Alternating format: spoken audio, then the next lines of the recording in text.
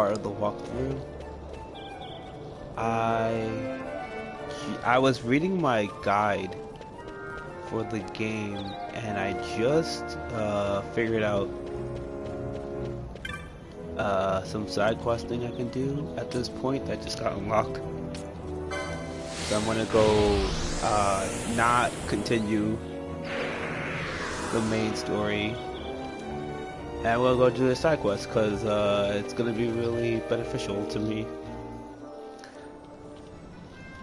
Alright, so basically I wanna ignore these things. I guess I can kill them. I need the LP. I did some grinding off screen. Basically I'm a level higher and I got some more LP, but I used it already. I didn't really get, like, as you can see my board is still pretty empty, so I didn't get that much, but I did get Vaughn his time magic. So he has Reflect, Vanish, and Balance. Oh, and Gravity, which are all really good. It lets him hit things that are in the air, basically. And then for both air, I got him, not really, I just got him more white magic and then some magic potency so he can heal for more. Nothing too crazy. But I could always use more LP, and if I can kill something in one hit and get an LP for it, it's nice.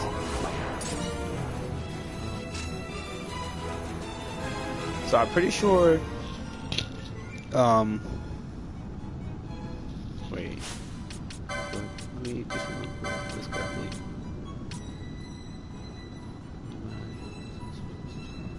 He has infused though, so I don't necessarily want him to have no magic.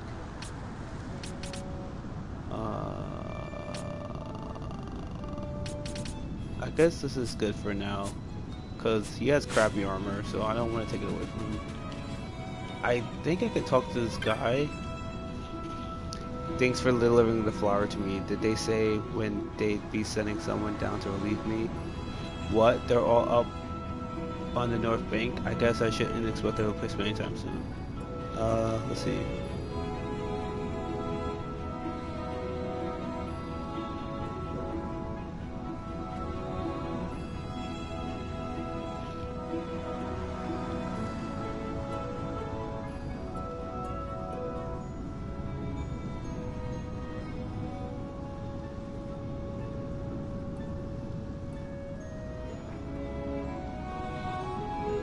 Alright, I think I gotta go all the way back to this to the south bank that guy made me go like find his wife at. If I'm reading this correctly, that's under the assumption that I'm reading this correctly though, so I could just be illiterate, who knows.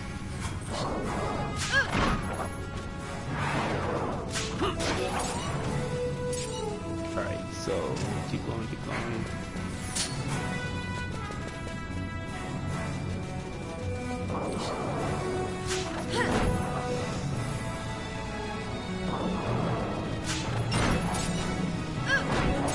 Nice.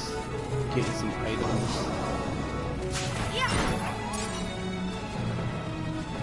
I wish I had the Thieves Gauntlet, because you get better items when you steal, and you have a higher chance. But it doesn't really matter.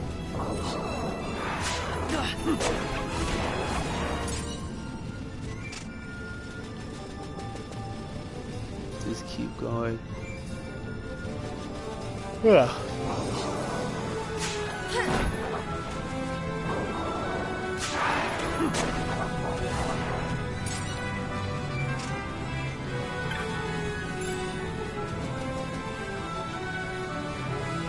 Okay, I guess I could have teleported there, but I didn't want to waste a teleport crystal. I don't even know how many I have. Alright, so I think I need to talk to... Let's see. I talked to this kid. Oh yeah, alright. This kid right here. This is definitely my dad's boat, but where's my dad? Something bad must have happened. I'm crossing to the north bank to see what's going on. I know how to pilot the boat, and there's no point in waiting around here worrying. Nonsense! Watching your father's pilot? Watching your father, watching your father pilot the boat and doing it yourself are two different things. The river's dangerous, boy. I mean, how dangerous can it be? It's like right there. But what if my dad's in trouble? After him, there's no one that even knows how to pilot the boat except for me. How hard could that be? Even if you make it across the river, who knows what you'll find once you're there? Okay, that makes more sense. I'm sorry, but it's simply too dangerous. But my dad... What if he went with I have no idea how to say this kid's name.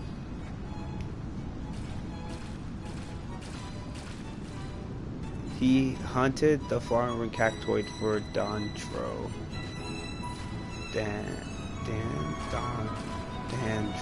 Dantro.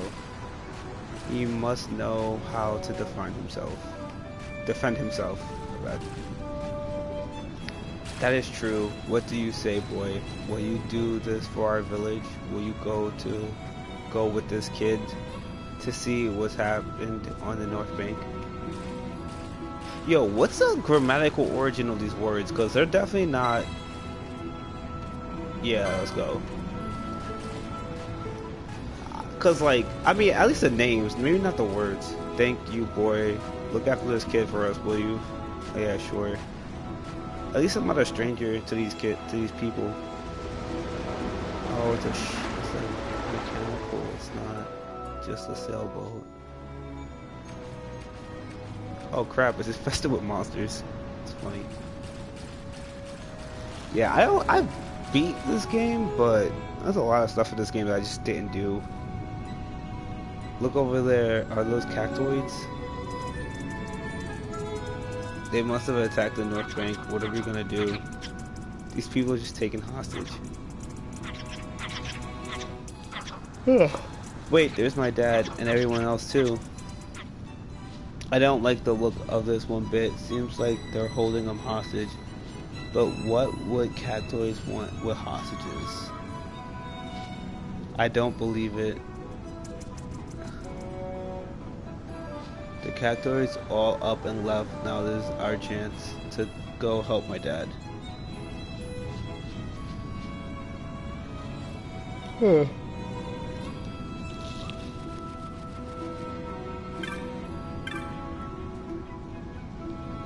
Rock so wait, let's think about Giri to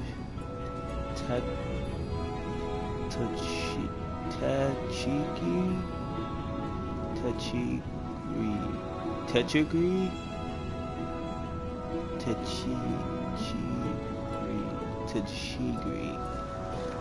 That's what I'm gonna say, Tachigri. Okay, so I'm so glad you're alright. We didn't know what happened to you. Ruxo, quite a tale that one.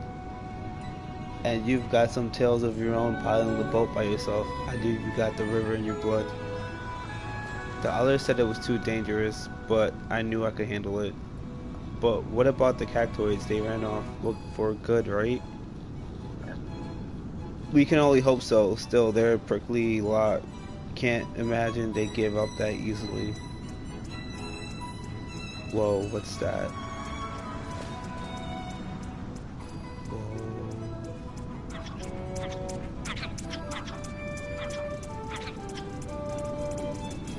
Oh wow, it's bigger. It's a lot bigger.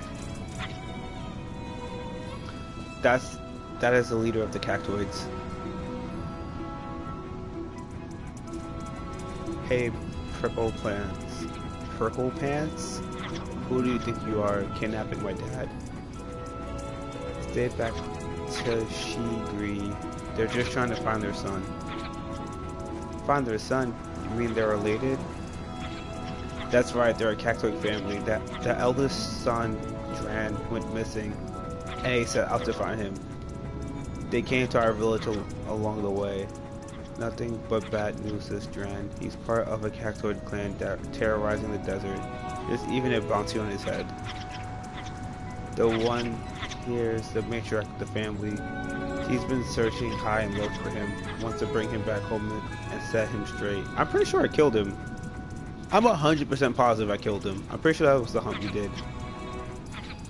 But they couldn't find Dran anywhere in Dalmasca. That's why they needed us. She forced us to guide them in the lands beyond the desert. The Mesophoran high waste, the Silca woods, even the Necro of Nabadis. I'd given up hope of ever making it there. Honestly, his dad must be pretty strong because the monsters there are all things that would kill me right now. And after all that, we still couldn't find him. So they brought us back here for now, but who knows when they'll drag us off again. So there's a bounty on this Dran, huh? You have any idea where he might be? Yeah, I definitely killed him. 100%. I don't think he's to the north of the river. We must still look under every stone between here and Arcadia. As for the south bank, we were about to lead the Cactoids there and get you others mixed up in this. That's why we set the boat adrift, keeping them from making the crossing. I never figured you coming to rescue me, but there's no time for that now. We'll keep them busy while you search the south bank for him. Oh, I guess I didn't kill him. Right, just leave it to us. Let's get going.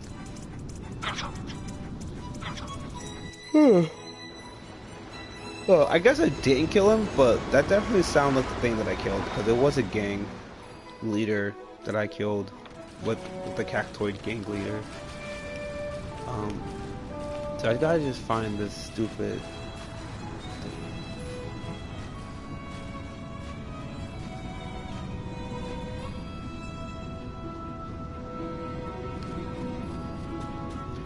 Alright. I gotta talk to the wife. The wife who has no name. I don't understand. Why would the Cactoids invade the village? They're usually harmless. Their son, you say? Then we must find him. But the desert is huge. Where would he even begin?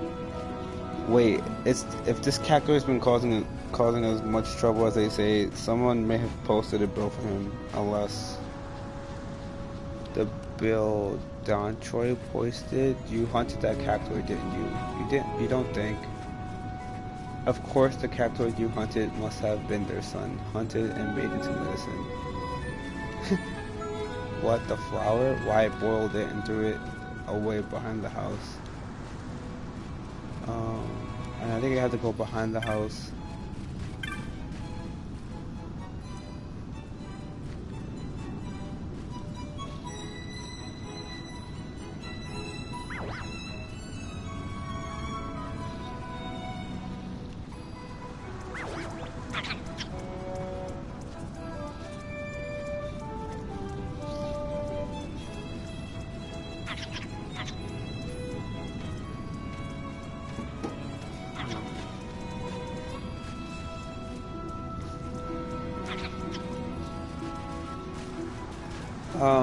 So I have so many questions about the biology of this creature now. Like I took plant biology, so like I know a bit about. I took plant biology in college, so I know like a bit about like botany, and like this would have to be a bud. The body itself would have to be like a reoccurring bud if planting the flower like brought it back. But then like, does that mean its entire brain is in the flower itself? Like, this is so weird. You found the cactoid. What? You didn't? You hunted the other one? But this one looks just like that one, huh? Well, none of this makes sense to me, but I guess we don't have much choice, huh? This family's waiting. Yeah. So I guess, like, the flower would have to be the actual... Well, most flowering plants, it's the flower themselves that are the reproductive cycle. And then the cactoid moving bits would have to be like the roots, which would mean that those spikes aren't really spikes, they're roots. But it's also a monster, so I don't know. Honestly, I liked you better when you were dead.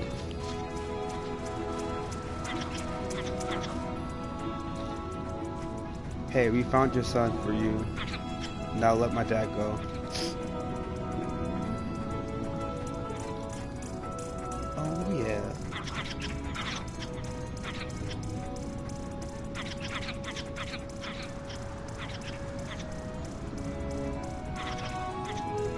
I don't know. You think they're buying it? Yes, I do. Look at him go. Guess they're gonna take him after all. Yeah, boy.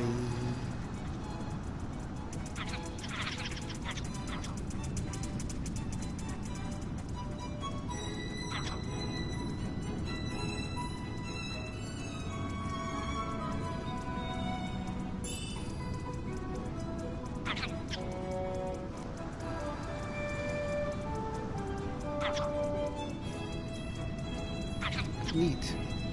Oh yeah, so this is basically what I did it for. I didn't do it for the money. I did it for the Wormfire shot, which I will show right after this. All right, so it's gun ammo. So basically, it increases the attack power by 3 compared to the 1, and it also does fire damage. So now all my guns just do more damage because of this thing. Because I did this side quest, which is awesome actually. It doesn't work against enemies resistant to fire, but it's just a catch-22. Like, there's not that many things that resist fire in this game that it's not worth having. Yeah, I'm just gonna go back. There are other things to do though. I think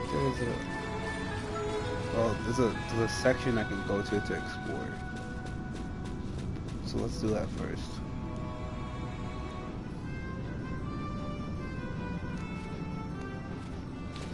Yeah, let's go exploring. Oh wait, I think these things could kill me. Ooh, 25? Yeah, I'm going home.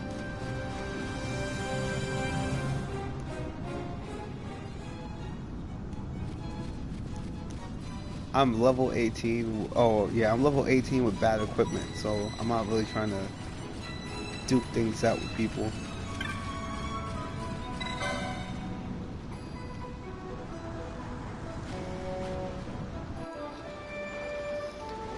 So like now this kid just like, yeah, this is what I'm saying, like it's not so far that I wouldn't trust a kid whose dad taught him how to sail a boat to just go to the other side of the river. Like, I'm assuming all these kids know how to swim because they live next to a river, so it can't be that bad. I feel like there was another thing to do here. But I don't know if it's available to me yet. I'm pretty sure I have to wait a little bit. So either way, I know I'm not leveled high enough to do it. So I'm just gonna go back to the main quest.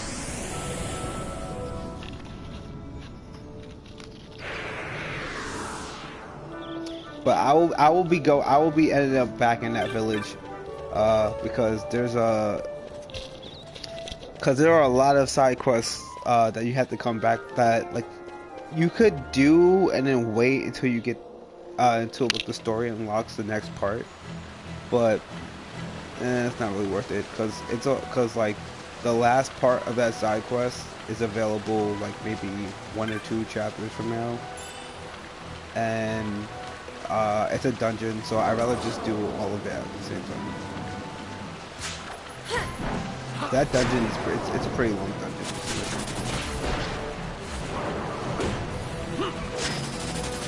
Ooh.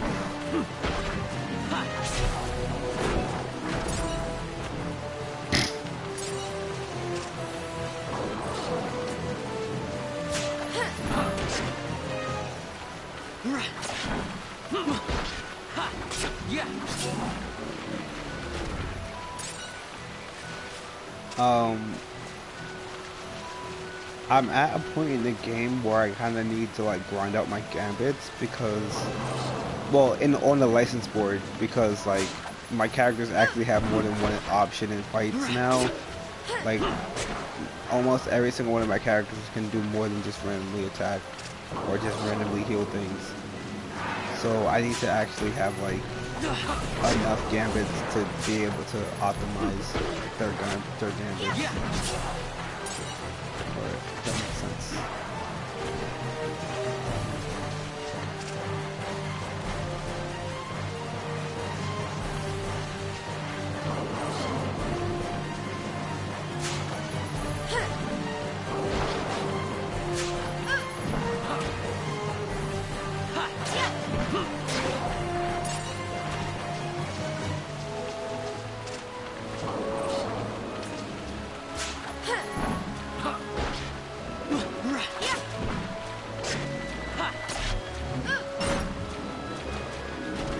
There's actually another side quest I could do to get money, but I don't want like, and I actually really need the money, but I want to get to a certain, like a very specific spot first.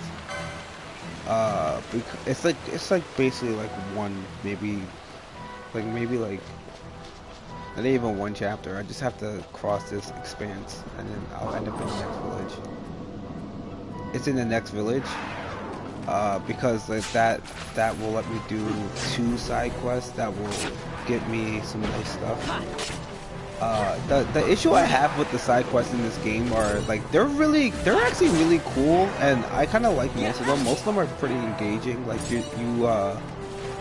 it's not like just fetch quests. It's like usually like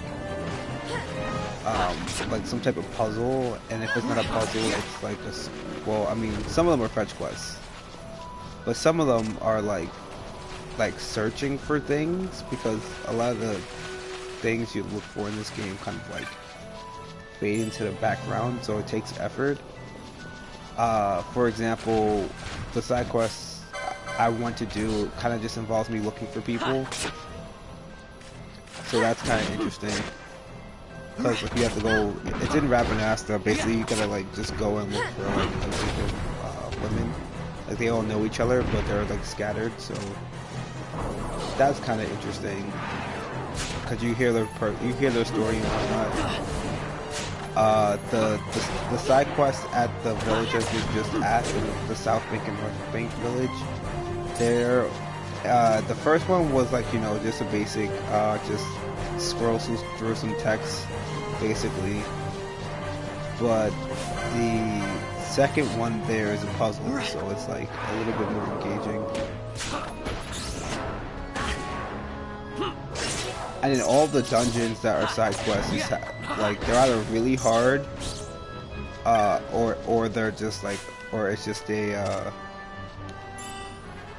side quest. I mean, not side quest, or it's a puzzle. There's a way to.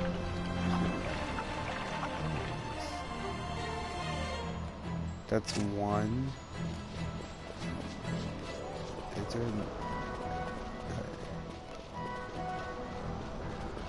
It's supposed.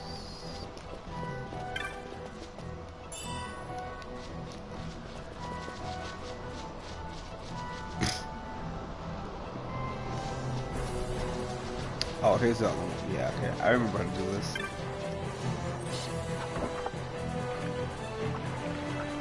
I'm cutting down these trees because once I cut down all of them,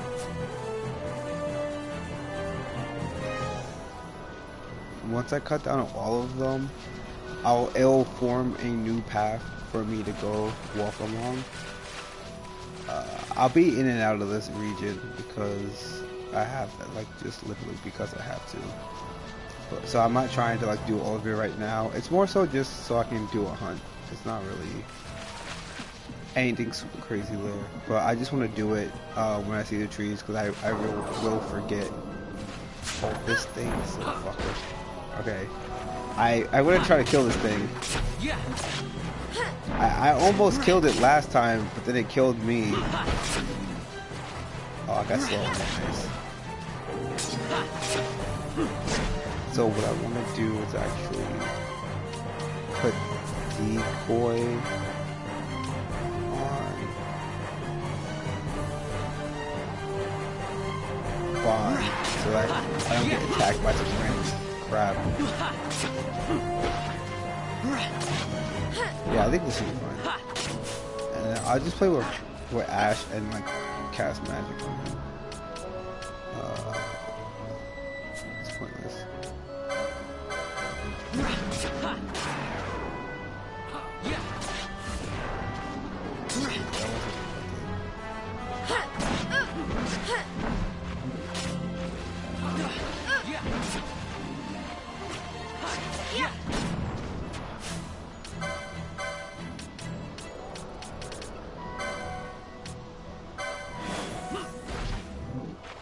Wait, his level doubles? That's a thing?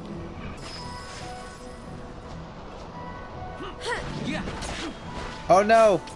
Wait. I didn't realize decoy was so short. Alright, and I guess I'm gonna cast Protect. Just so he doesn't die. I want him to be lower level, like not lower level, but lower health. Oh no! That is not what I wanted. Alright. Okay.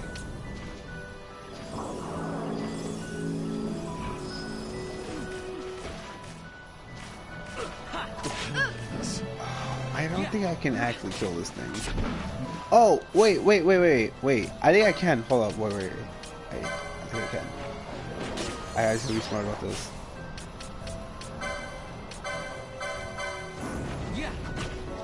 Ooh, yeah, shield.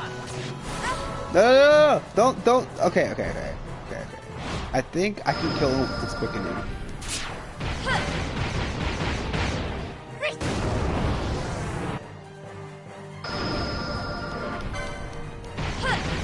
Oh, wait. Why didn't Raj participate? How about some of this?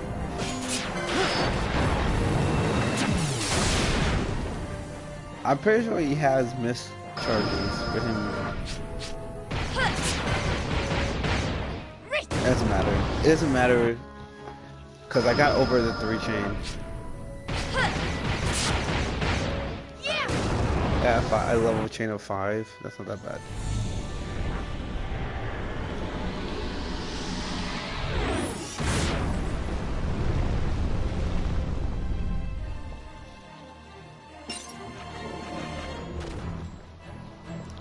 Yeah, see, he has a Ring of the Toad.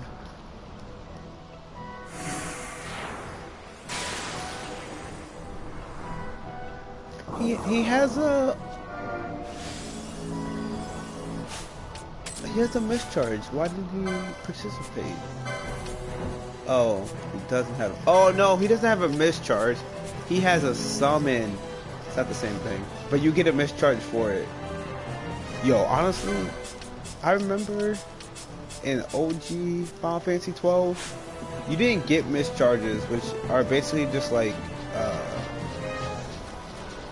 there are 3 levels. It's basically just your like over your limit break, not limit break, like what's the word? Overdrive. If you're playing 12, or if you're playing 10, it's called overdrive.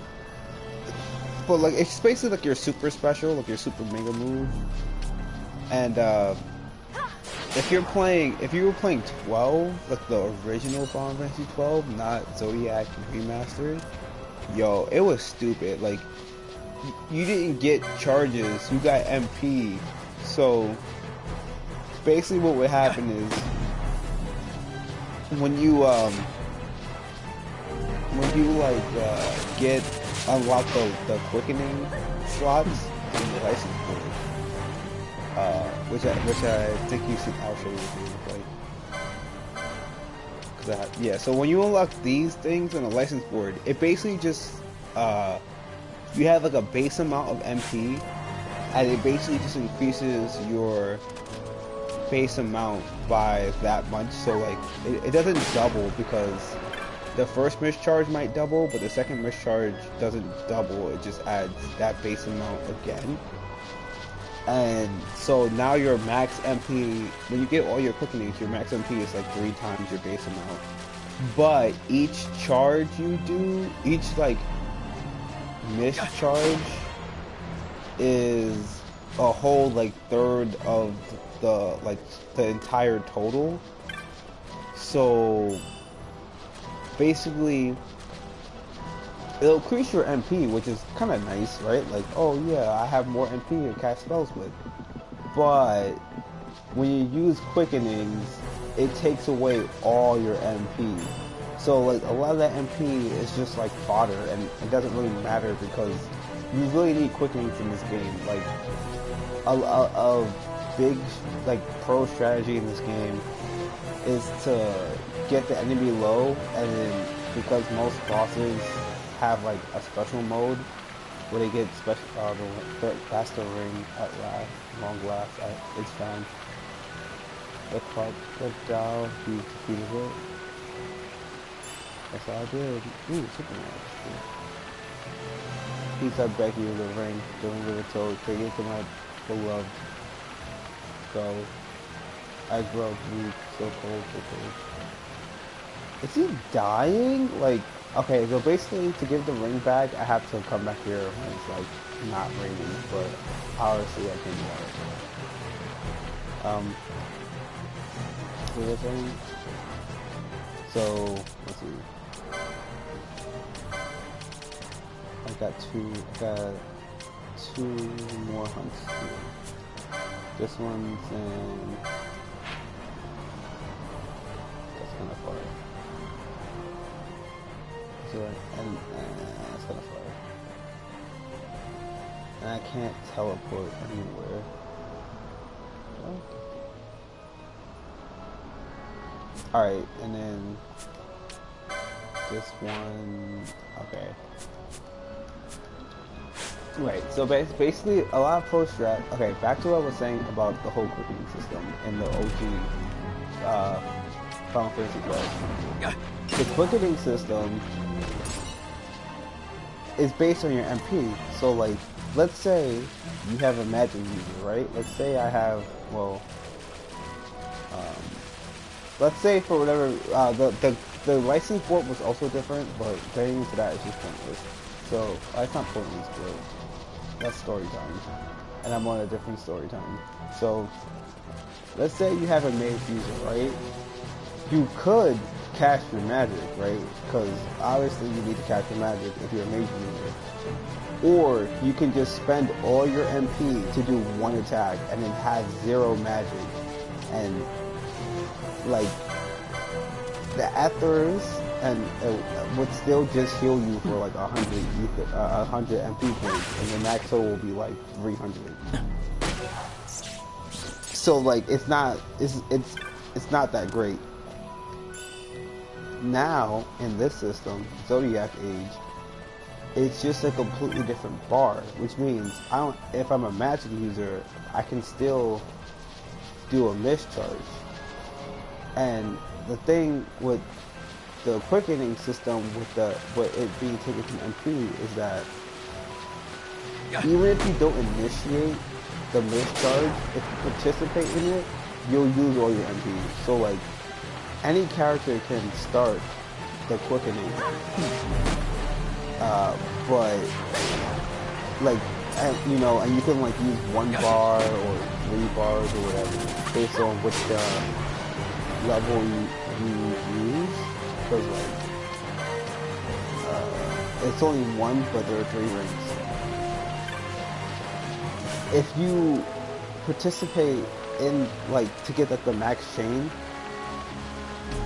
like you just use all your MP, because like even if you don't start it with the character, you're gonna use all 3 characters anyway. Once you like start, you basically are just committed to like getting as high as you can possible, or else it's just kind of pointless. But if you're using all your MP, that just means that you're gonna have 0 MP, and Ethers and Elixirs were even more rare in OG 12 than they are in this version of the game. What's this? I don't have physical.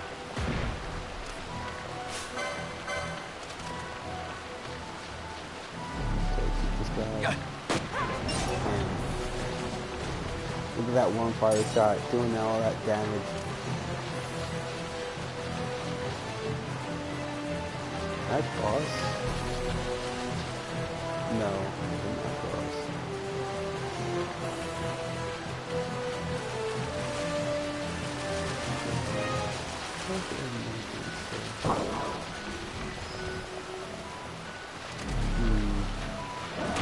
Alright, oh, it's not where I want to be.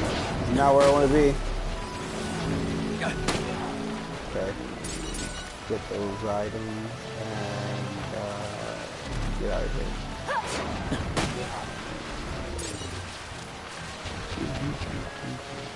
Oh wait, I definitely need to get that. So Ash. Oh Ash.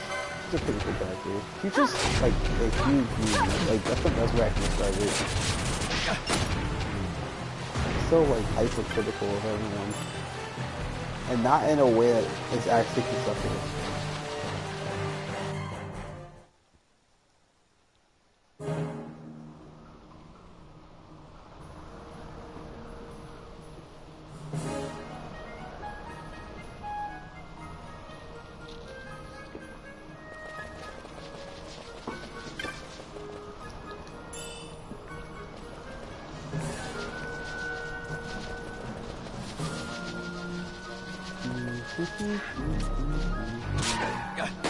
Oh wait, no! It's flying! I can't hurt it.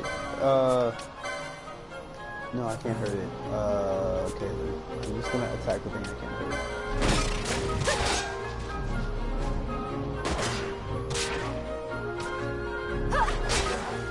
Nice. I actually do not want to lollygag in here. There's a lot of treasure to be found, but I need magic, and there's no magic to be found here. Let's just see magic. So I want to go straight to the village. But I don't actually remember where it is until, yeah, I don't want to fight these flying enemies. No, leave me alone.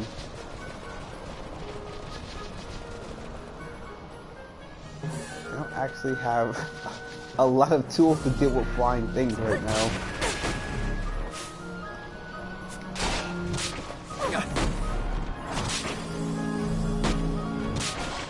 Yeah, attack, yeah.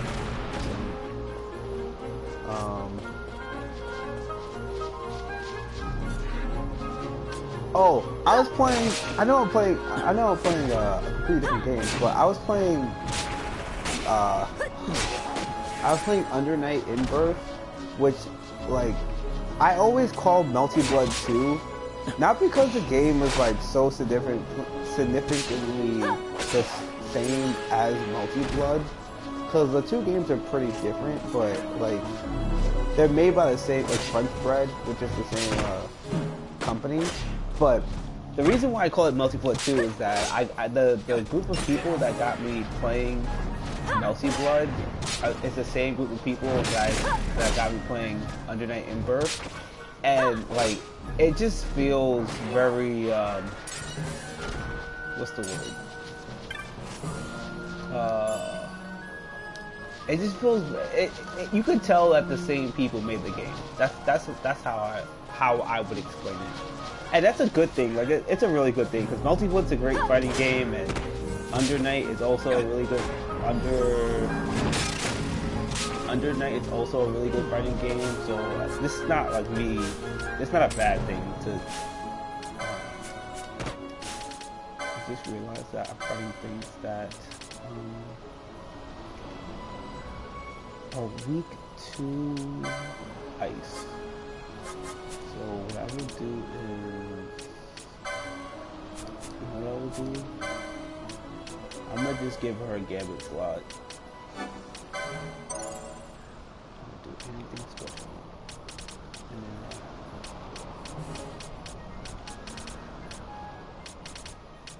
yeah, I'm just gonna give her a Gambit slot. And wait, bad. Yeah. And then make it so that she Ice Weak Wizard.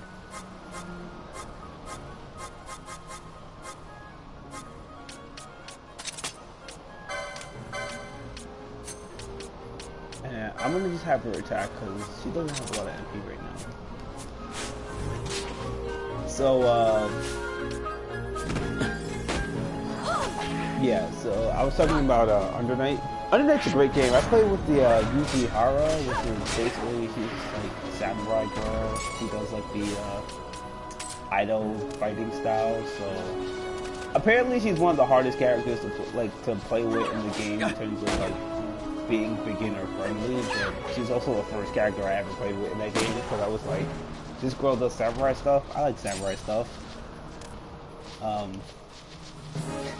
But yeah, I don't know. It's just like when I'm talking about that game, like on so many occasions, I'll just call it Multi-Blood 2, not even like thinking about it. But I've gotten recently hyped for the game again because they're making the sequel, or I guess not really sequel, more of the update, the 2.0 version.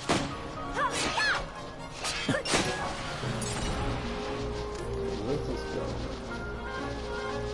I don't remember those two like at all, like existing.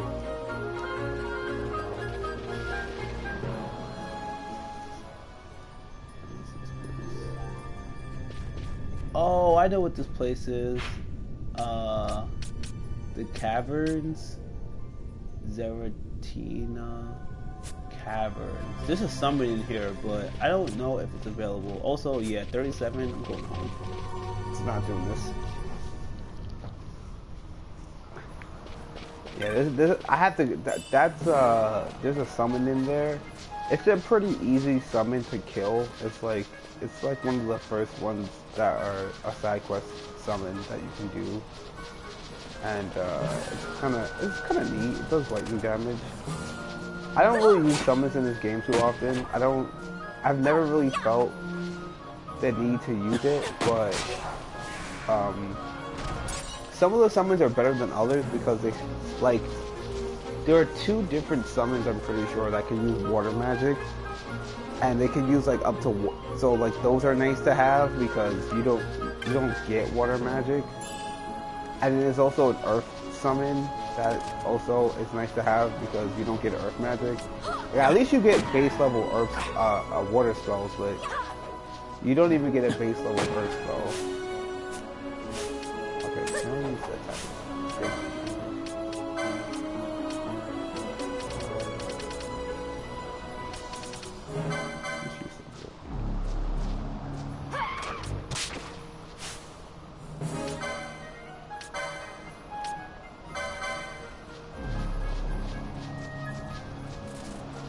Oh, is it running away? No, get back here. You started this fight. You gotta die now. Yeah, boy. Don't start a fight and then run away. These things... I want that EXP to kill them though, so...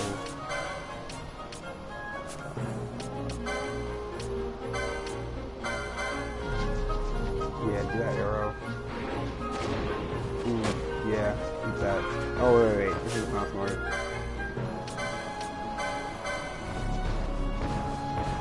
Kite, no! Oh, wait, it only do 29 damage? Oh, I couldn't fight you guys.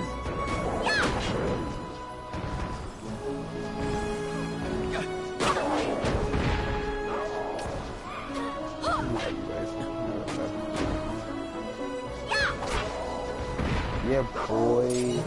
You don't do damage. Both of you, can you just finish this guy off? Okay, that wasn't that bad. Um, yeah, Undernight is really good. I know the new characters they're adding to the update is some like ice guy. Like he just does ice magic, and that's all I really know about it. But he looks kind of cool. Like I thought he looked cool anyway. I'm gonna put.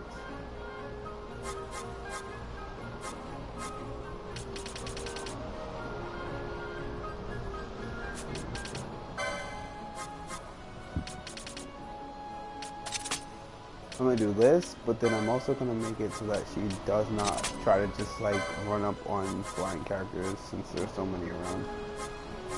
Oil,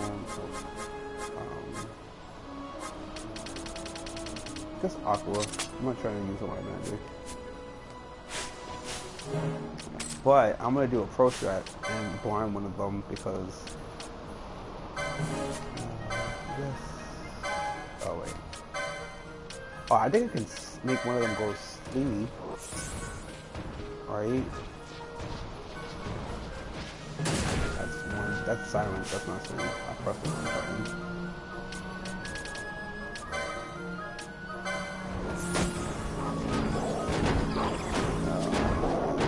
Oh no, Sam, leave me alone! Okay.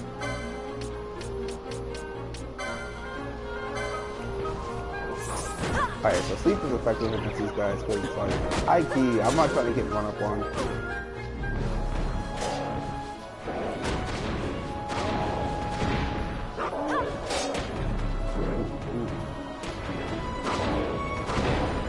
Nice. Ash, be so kind as to heal your party members. Wait, I don't know why she's healing and not both here. So I want to actually turn off our gamma screen because she's in a party with a healer. Although technically she heals for more than both the areas at this point in the game. So maybe I actually I got distracted. I was having too much fun killing these things.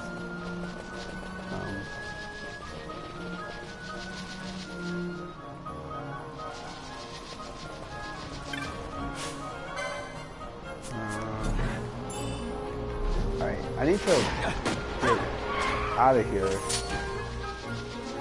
Because there's just so many things that I can't properly fight, and I need to get weapons that allow me to do so.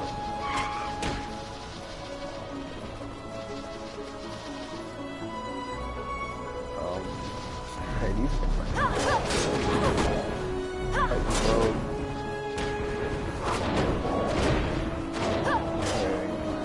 wait, why is he breaking his food?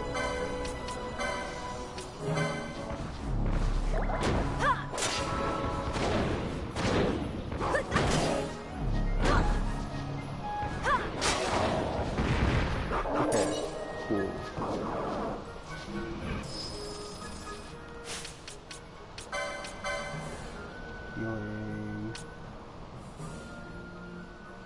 You know what? Yeah, I'm okay with that. He heals better with potions than he does with magic anyway.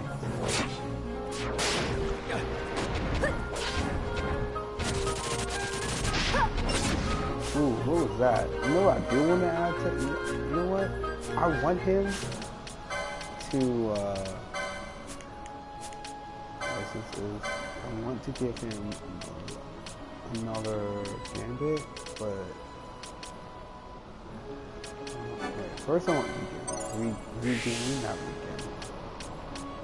Then I want that gambit slot. Oh my god! Alright, where are his gambit slots?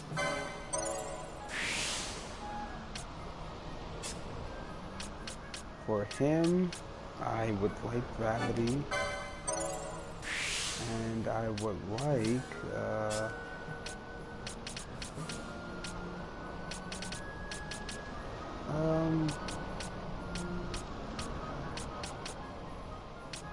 these things are actually useful for him to have now that he has magic.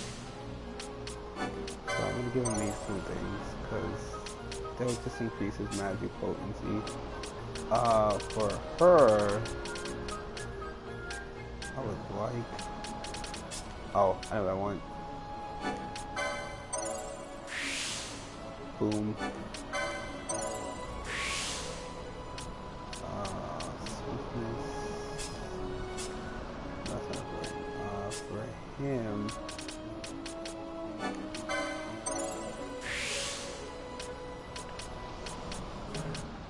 Honestly, he's gonna end up being a better tank than Vaughn ever was.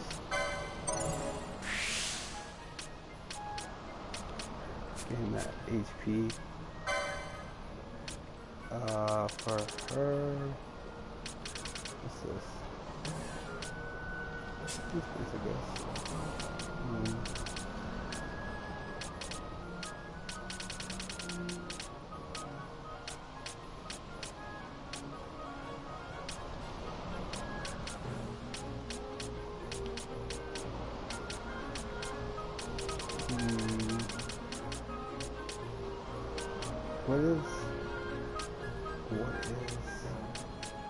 What is useful for 5,000?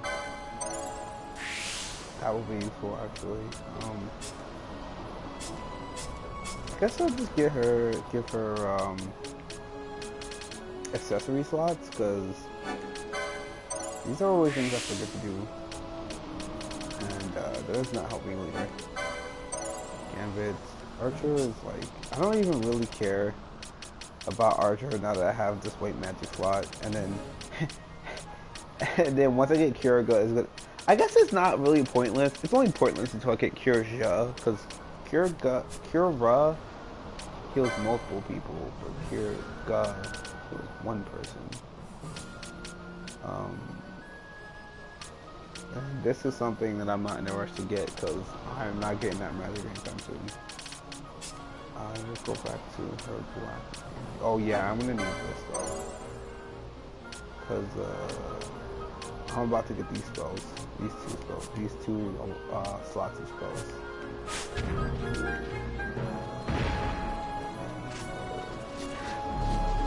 Yeah, yeah.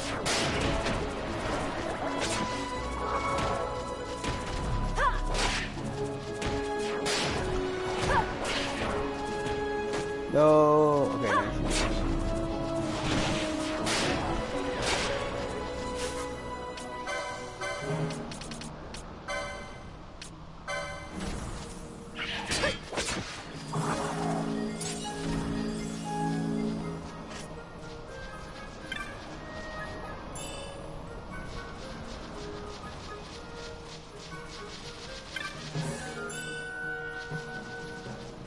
Oh wow, yeah. Baldia's magic is actually really bad, but I also don't have any, oh, he's dead? Oh, he's not dead. He's just laying down on his friend. Ah, travelers, are you? We are traveling till the fell creatures of Osmo Plain got the better of my partner here. We're exhausted. Where are you headed, by the way? Jara, you're headed the wrong way. Jara is back with the way you've been. Thank you. I knew that because I know what this safe spot is, but I definitely would not have known that once I saw the safe spot. The Chocobo tracks. Chocobo!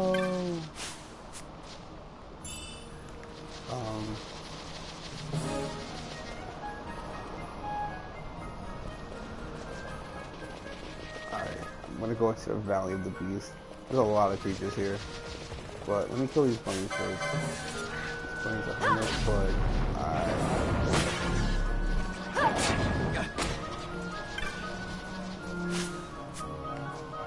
Alright, I'm about to get swarmed here, so what I'm going to do is magic. Oh, wait, no. Wrong person.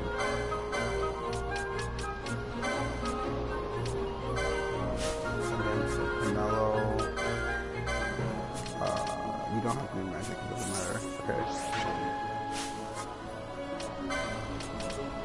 He doesn't have green magic either. Okay, doesn't matter.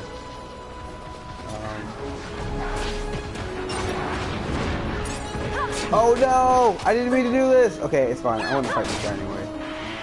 Come at me. I've never fought this guy before. Oh, both the arrows. Oh, he doesn't have Yo, this guy's actually kind of hard. Like, I expected to kill him already.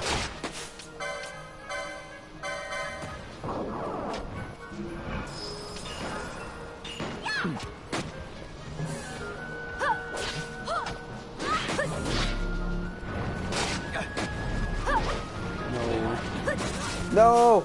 Podello, no!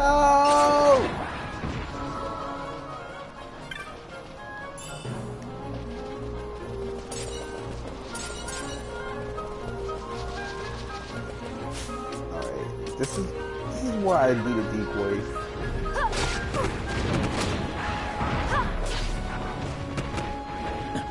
No, fight me! Fight me!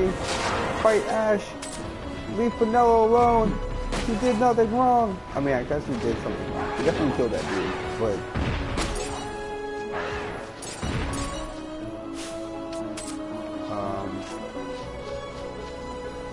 this is definitely not the right way. But oh, if I did not think that would happen.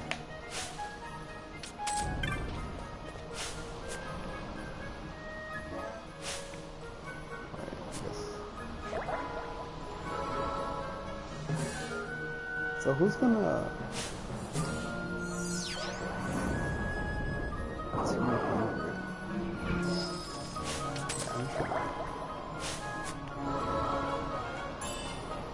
Oh, all that for a potion. Alright, well...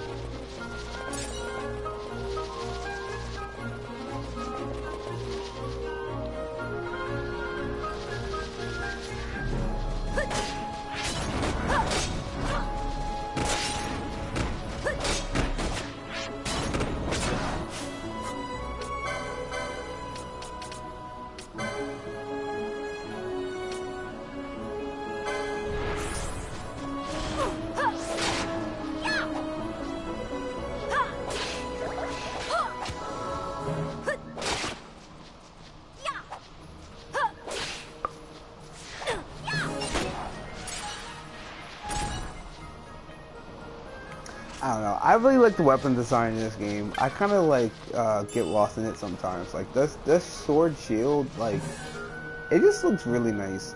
And like there aren't a lot of weapons in this game that I could say look ugly. There are some, but not enough for me to like truly complain. And like I don't like all like as much as I love Final Fantasy 15. I think it has really bad weapon design. And a lot of the weapons look really ugly. And maybe that's just me, but like the swords in those games look really dumb and don't make any sense. But not in 12. 12 is the GOAT when it comes to weapon design. Cause it's also practical. There's not a weapon in this game that I look at and I'm like, I would never use this in real life. Unlike Final Fantasy, like.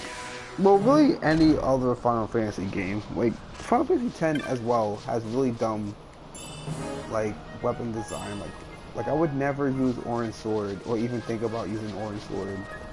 And like Riku's glove thing, like, that's stupid as well.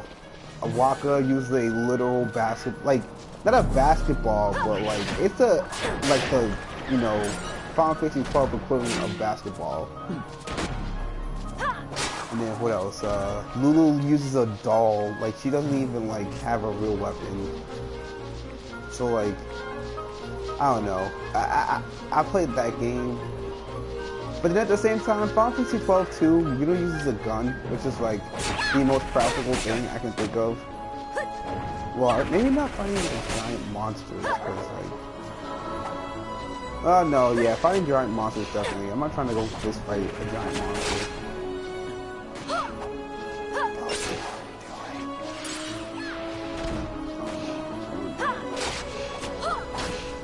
Okay, I need to get both here decoy because like they're starting to die and these creatures are doing mad combo damage.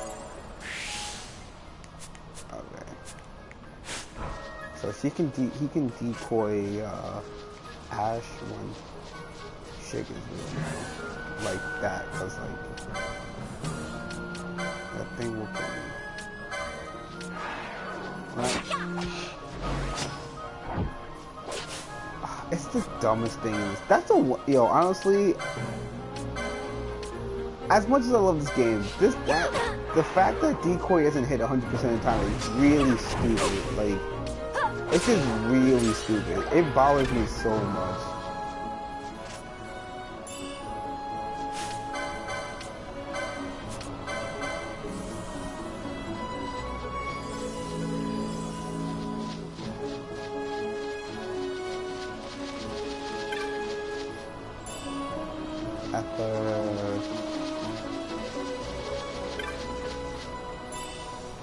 Things down. These are things that I need. Wait, do I have decoy still? I don't think so. Oh, I shouldn't matter. These things are good.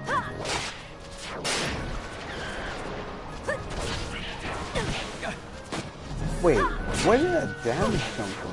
These things are dangerous. I don't know why I said that.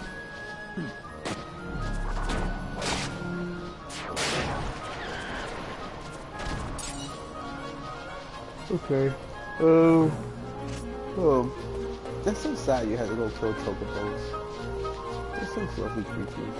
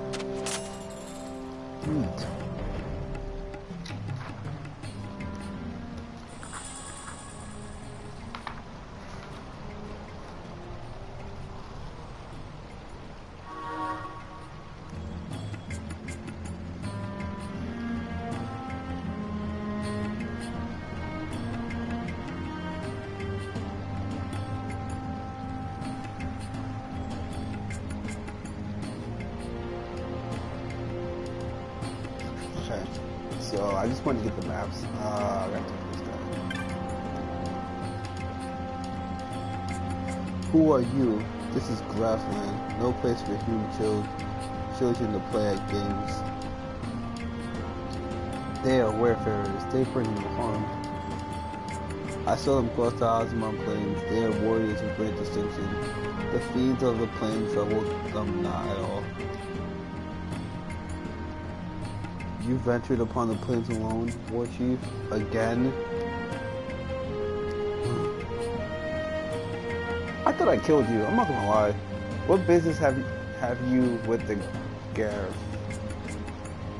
Oh, you see, you have a... Let them pass, the responsibility will be mine.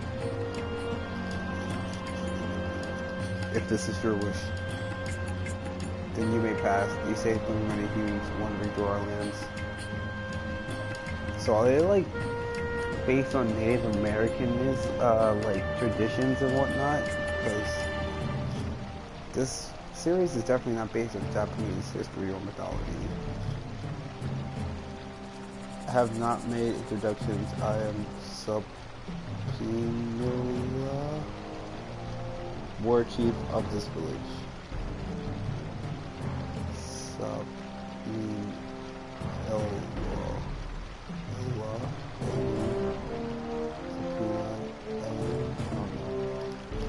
You dare have friends to all, or have been friends to all since long ago. However, lately, the human world is in much turmoil. We must protect our village and our people. As War Chief and Prosecutor of our village, I ask you, why have you come to this land? I see. So you have to come about to ask about the Necessite. You must speak with the elders. Though our masks may make it difficult for you to tell us apart, walk through the village and look with your eyes, listen with your ears. Well, I mean, thanks for not calling me a racist for saying that. So you got these two guys fighting. Looks like this guy's just sleeping. Yeah, I got taking a nap. He's sunbathing.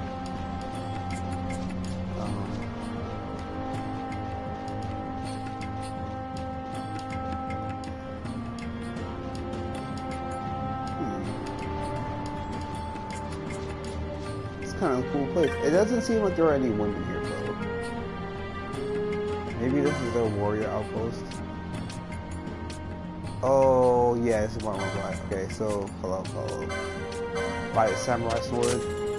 Yes, I do want to equip the samurai sword. They actually give me more evade than having a shield, which is actually really nice. I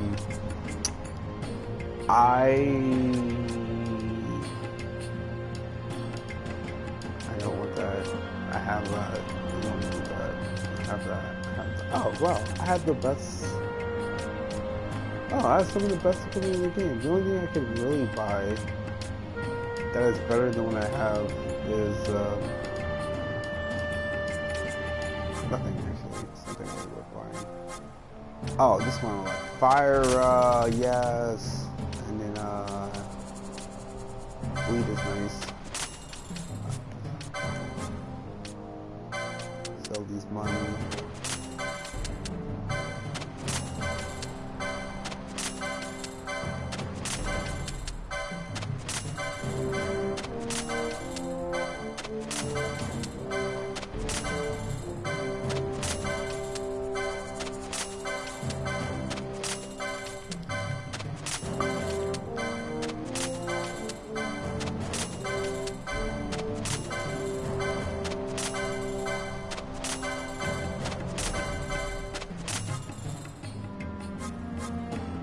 So, I need... Fine, I already have it over here. Oh wait, this is my selling items, my bad. Golden garb. Yes, I actually needed this. Potion pack, 2 potions. Travel garb, yeah, alright, yep. Oh, I should... I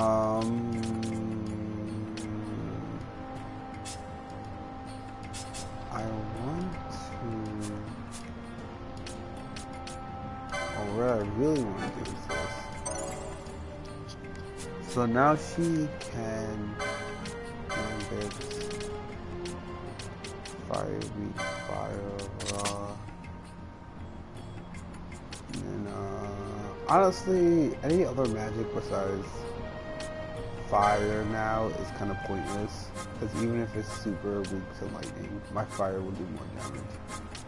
So what I want to do is character, attack any character, attack any one on screen. If character has, let's go with 50. Let's see how that works out for me.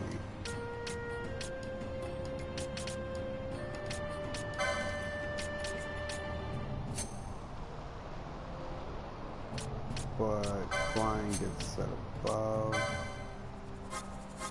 What's fire anyway?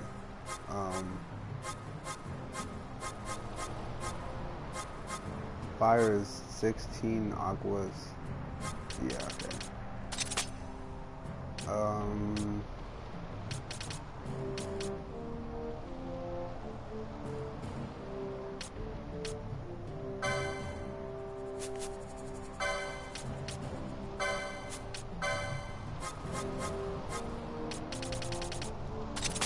This is big damage, bro.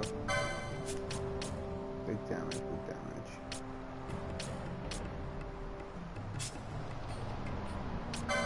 I guess...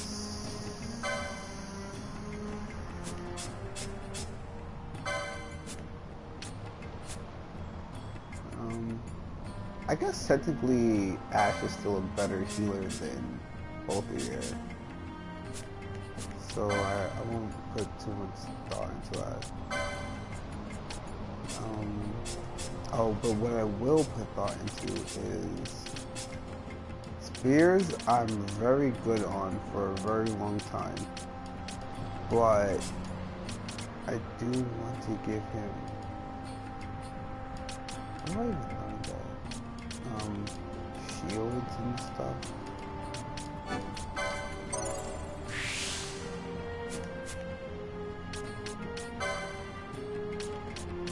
And then for her,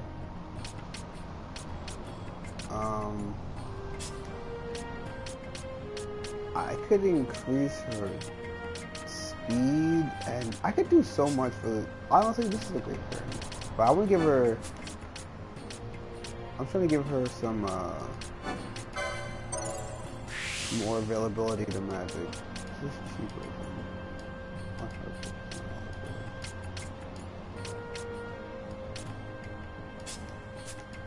Give her some more magic. I am not gonna do this. I'm not doing this side, this chapter. I just got to the village because it's nice to have the teleport zone here. I'm gonna go do this other hunt that I have to do. Actually, I'm gonna do the hunt that happens in this place. Where is it? Completed this one. Oh, okay, yep. I'm gonna do these 2 hunts. Get some nice experience from doing them. Just because, like, you don't get much experience from actually doing them, you just get OP, but just getting to the hunt is experience in and of itself. Have you learned the stones? But as if you asked the elders. Okay, I'm not talking to the elders, I'm just gonna go do the other hunt. The others are over there, over here, but I'm just not gonna talk to them because I'm only for like 1 minute.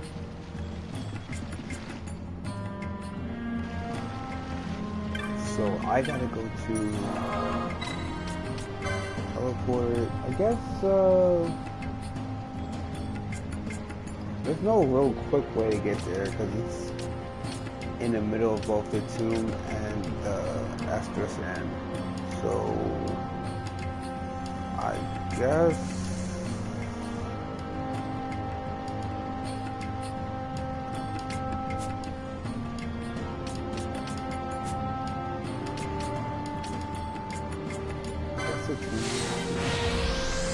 because at least I'll get better experience going that direction to going the other direction.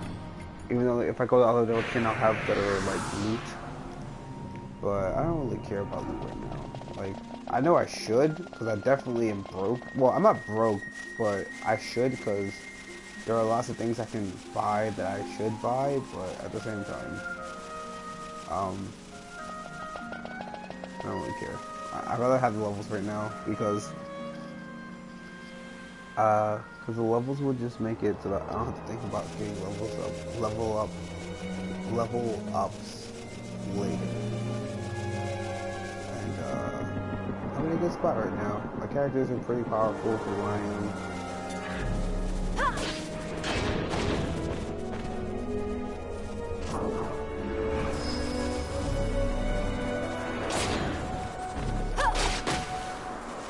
Oh, you got a routine.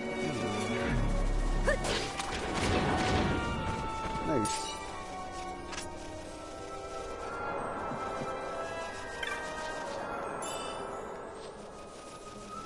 Oh, it's not worth this.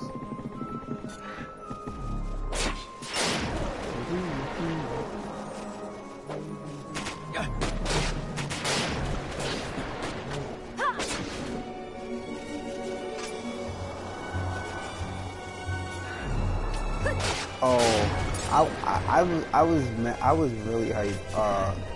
I'm a huge Star Wars fan, and like, I don't want to say I like Star Wars before it was cool, cause I feel like even to this day Star Wars isn't necessarily cool, but I liked it since the prequels. Like, I watched the prequels with my dad when I went to, like, you know, in high not high school. I guess I would have been in middle school.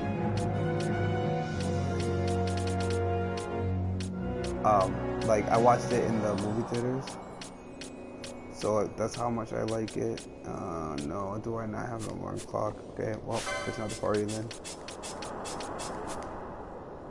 Oh, they're 2 levels above? Wow, I was not paying attention. Okay, gotta level up my next party. Yeah, so I was just really excited for the Clone Wars, the final season. I watched the original run of Clone Wars, like when it was on Cartoon Network, like before it went on Netflix. And I really like Rebels too, Star Wars Rebels, which is it's produced by Dave Filoni and produced by Dave Filoni. And honestly, I think I like Rebels more than I like the Clone Wars series, just because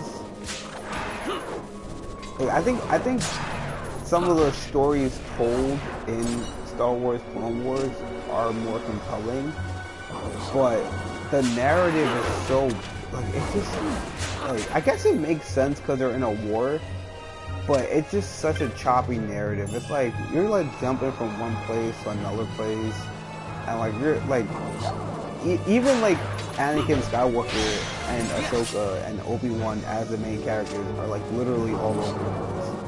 And I think that's a strength of the series because like it gives you the impression that you're in a war, but at the same time it's like a weakness of the series. It's a strength and a weakness. It's like it contextually makes sense because he's in the middle of a war, but when you're sitting there trying to watch it, it doesn't make it easier, especially because they didn't release the series in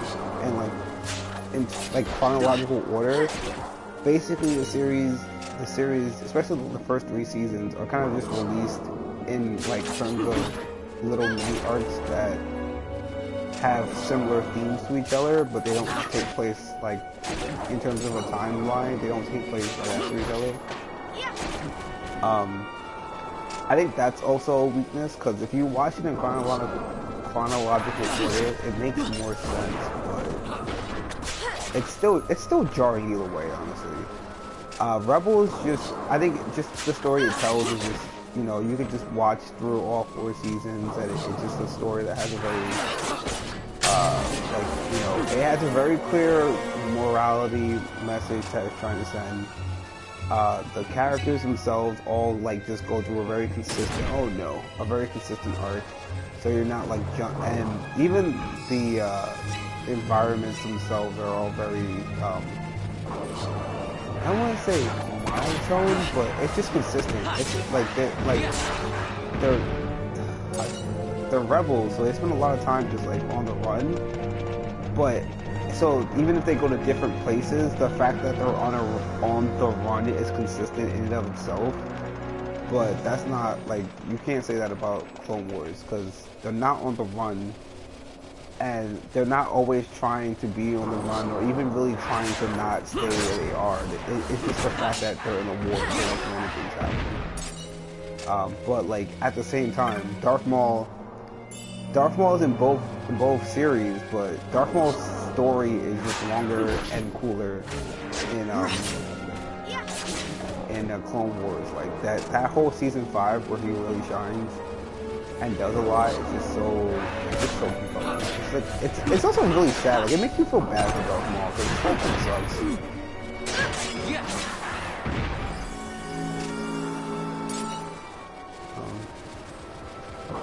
I don't know. I think that they kind of like, in terms of a story about a Jedi, Rebels has the best story, like bar none. I just got an item. I'm pretty sure it was a weapon. Oh, I guess it wasn't a weapon.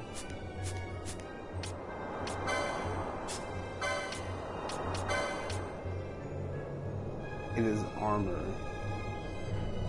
Mystic armor. I'm gonna put this on.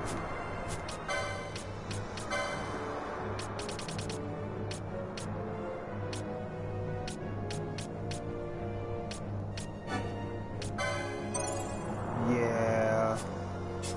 Armor.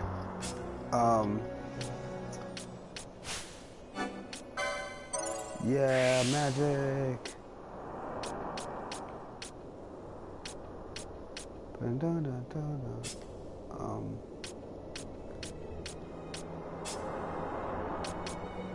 I don't know which axes I could have bought, but I do know by virtue of having 2 shield blocks, he is now a better tank than the other 2 tanks I have. Well, not other 2, really just, oh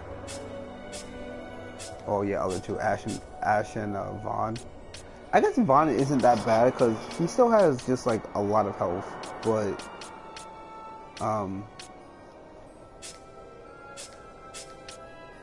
the thing with that is, I don't really, like, I just don't really care how much health he has.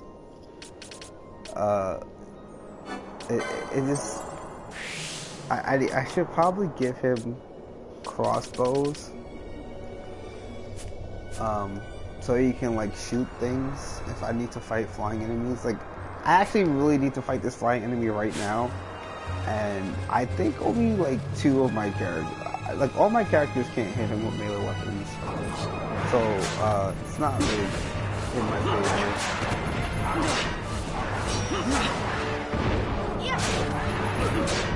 Yeah, there it is. Flying enemy. So wait. So Penelo can hit it, and then Balthier can hit it, and then I want to get him to stop. Alright, good. He's not targeting Vaughn. I need to get him to not target Vaughn.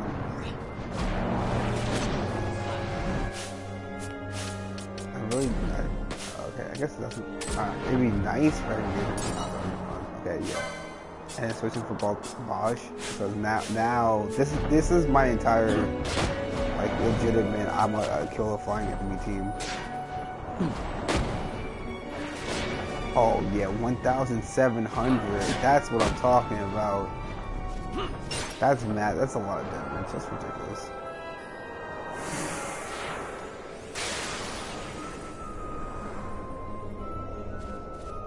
All right, now I'm gonna go back to my team.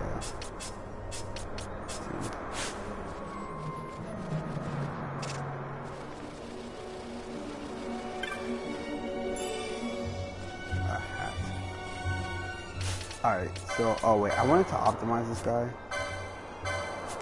Optimize, he's gonna lose some health, but that magic power increase, actually, literally everything is gonna increase except for his, I'm gonna have to re-equip this gun, but...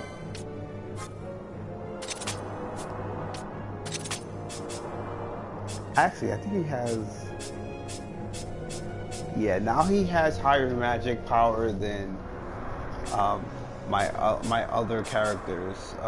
The only character he has less magic power than is Fran. I mean, is Penelo. Fran has kind of weak sauce magic power, honestly, but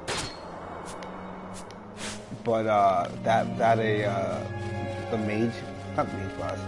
She actually gets more magic potency slots from being a samurai than she does from being a red mage. Well, earlier on, not like in general, but because like a lot of the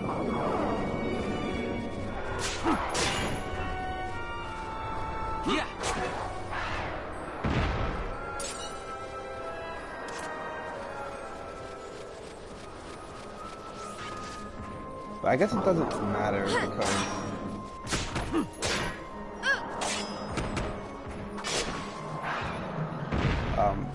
because she has samurai, she can get those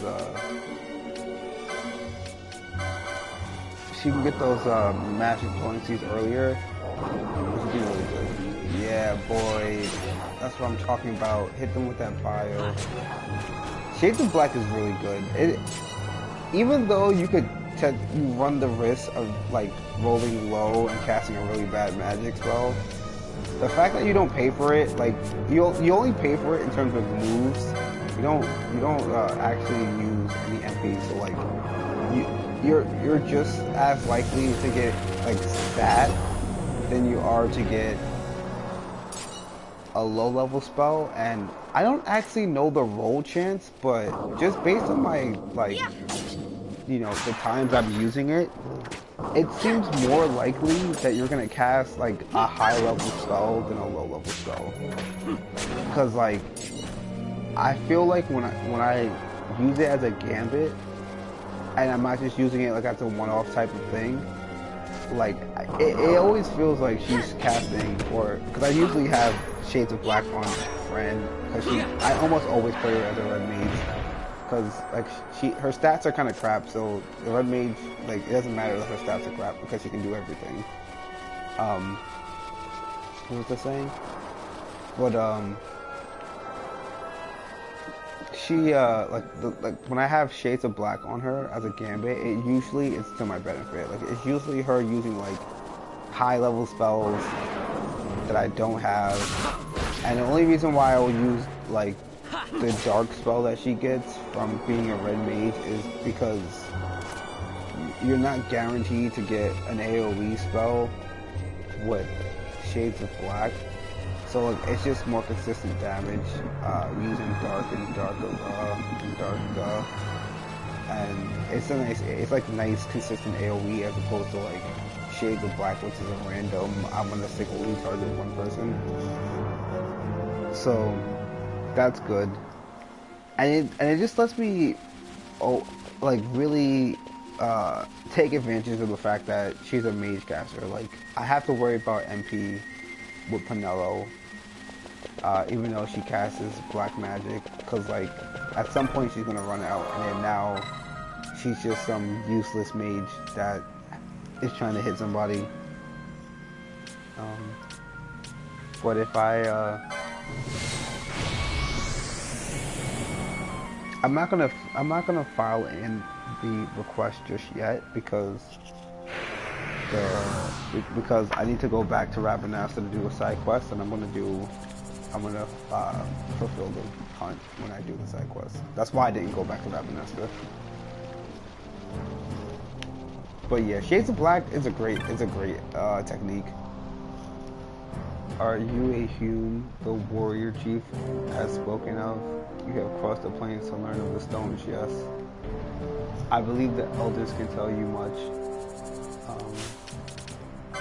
But what I'm gonna do is actually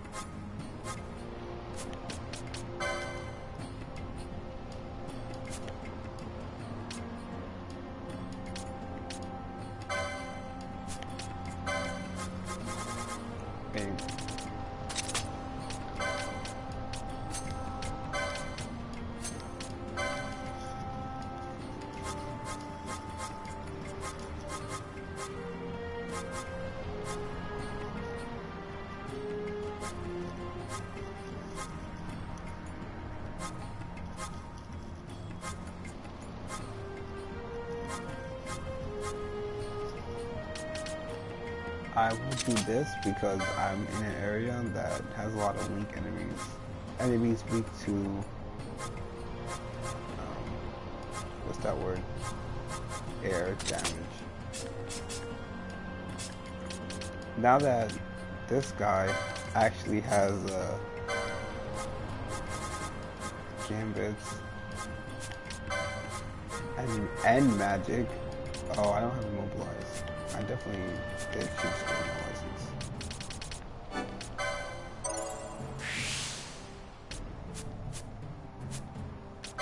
Okay, this is what I'm gonna do.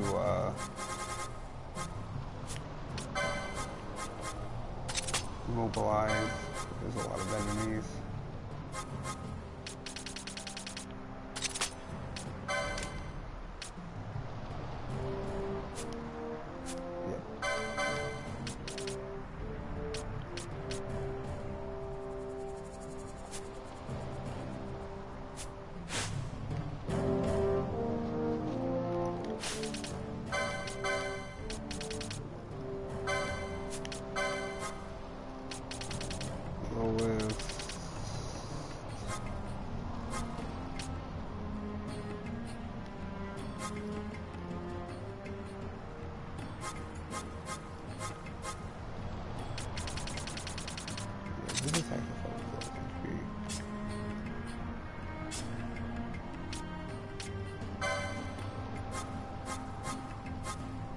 Or the party, or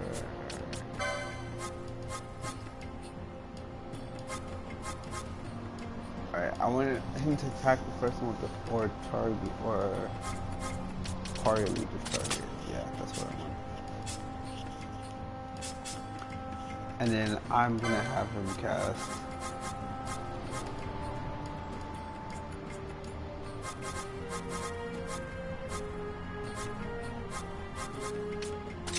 Ice House Laura.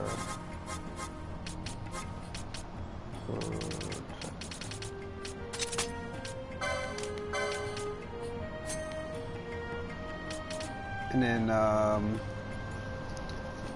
think this is good. When I get Esuna, which is when I get Esuna, basically I can just like auto cure any disease, any like not disease, but any thing that's bad for me. Because disease specifically is an ability, is a status effect in this game that is not cured by Esuna, so that's why I didn't just use that term.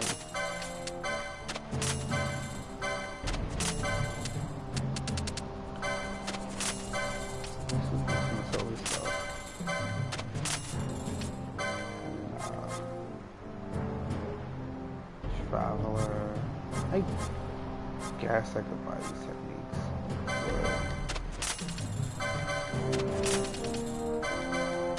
Yeah.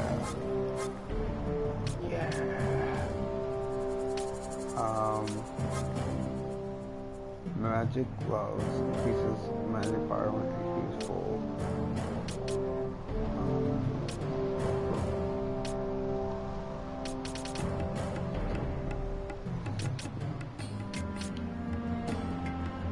Alright, I'm gonna buy these accessories even though I don't really need to. Actually, I really don't need to buy these accessories.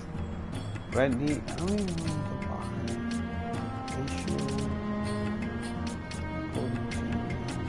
I feel like I bought something.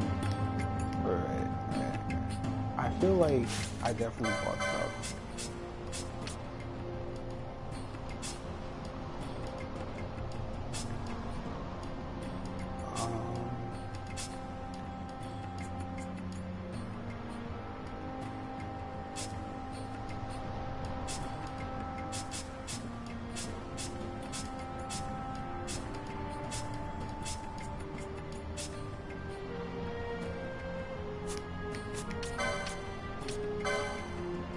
Kind of like Ash, but then I like Bosch. If I'm being honest, so I'm gonna give her the better equipment. But I will buy nice stuff for him. Oh, I want these things. These lures. Like, you don't think about them when you like just when they're on the board, but oh my god, are these things useful. Like I actually just need to fill out this entire section before I do anything else with Ash, because like having one of them is like meh. It's like whatever, like it's not that big of a deal, but the more you get, like, when they stack on top of each other, they are really useful. I guess charge. I haven't been in that position yet. Stamp, magical fortitude. I guess, right? I guess I'll go back to this guy. Martyr.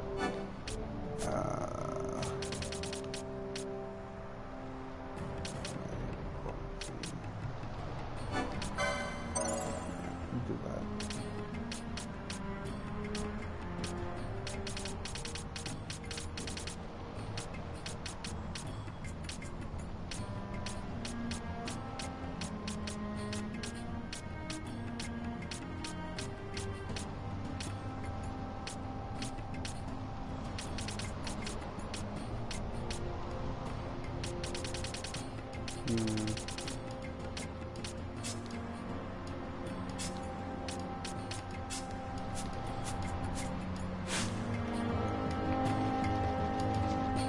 Let's talk to this elder. Listen to your eyes. You seem a great warrior, but it is best you avoid Zaratina's caverns. There are many fell creatures there, of late worse. A fiend with strange powers have been seen. Perhaps this is why the other creatures there have grown yet more violent.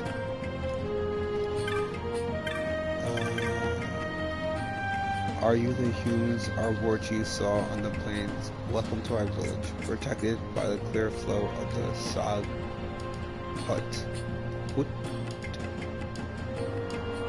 I am Sokolina's brother, Kadalu.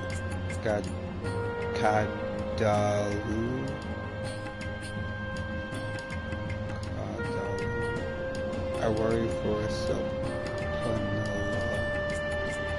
Often goes to the plains alone. Why? When the others surely wish to train with him.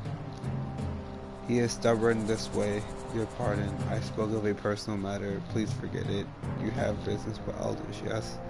On you go. What is it, human child? Have you something to ask of this wizened man? You wish to know of the sight. It is a word I hear quite often of late, though I not know why, nor do I know anything of this stone. So too did I tell the human child who asked me before. I'm sorry, ask another of the elders, perhaps they will know. Ooh, human child, I wonder who that could be. I mean, I know who that could be, but I'm not gonna spoil it. I focus on this. You've learned what you wished. No, do not tell me. It is written clear on your face. The elders could not help. Yes, please. I will look to meet the great chief. May know something, aid you. Yeah, arranging an audience may be quite difficult. Why would it be difficult? I must learn more about the Mental Site. I cannot turn back further. Please tell your great chief that I am of the royal line of Dalmasca, a direct descendant of Dinah's king, Wraithwall. If the Gareth have passed down knowledge of the stones, they must know of another site that the Dinah's king once held. Do you have proof of your heritage? I do not. I have looked into your eyes and seen that you speak the truth, human child. I give you my trust. The grave chief is ahead, across the bridge.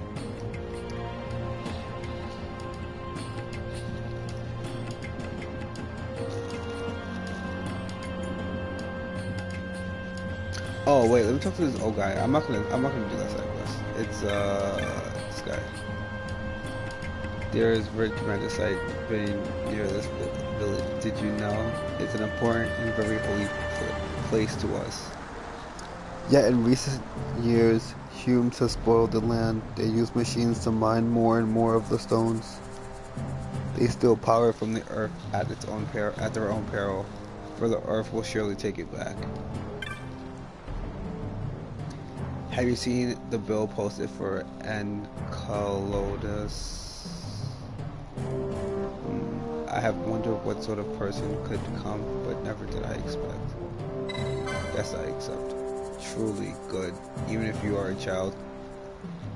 Pay me no pay me no mind, all elders are as I am, slow to trust. Let me explain the situation. You know the Osmond Plain? You must have passed through there at least once. A very valuable herb grows there. Yet the Enceladus tramples my precious herbs to dust. Oh, as you can see, I'm quite agitated. Normally the warriors of this village would vanquish it for me, but this time, well, suffice it to say I need you to do this.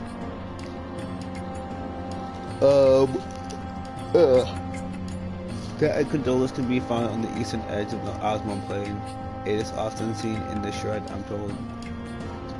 Warrior Husman knows much of the creature. When you leave the snow, you will find him standing guard at the bridge. Talk to him there. Okay. Now go. I trust you will do this for me. Alright. Yeah, no problem.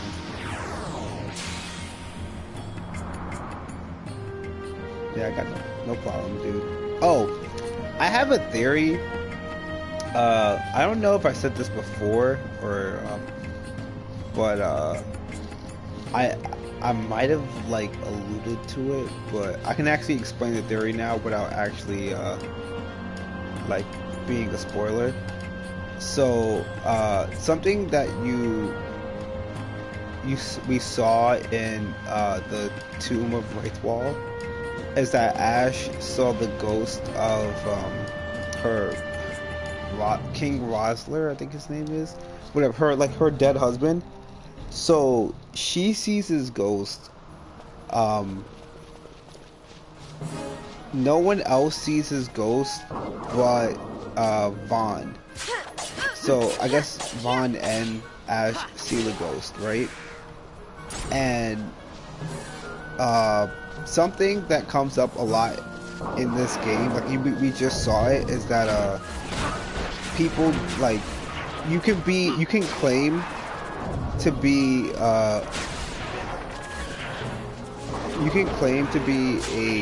of royal blood, but like the claim is only as important. I mean, not as important, but the claim is only as useful as your ability to prove it, right? So like just now the guy asked for proof for Ash's lineage to the Dynast King, and even Vossler and the Empire was like, yo, you could say you're Queen Ash, but like it doesn't really mean anything because you got no power, and you know you can't prove it to anyone. Which is why the Dynast Stone is so important. Not the Dynast Stone, the Dawn Stone. That's why it's so important, because it's like a legacy of King Wraithwall, so it like proves her heritage. But I think that Vaughn is actually also like a descendant of King Wraithwall, because for one, his brother like is part of the Royal Knights and not just legendary, and like is known like everyone. I think this is a guy named Salty. No, is it before the bridge?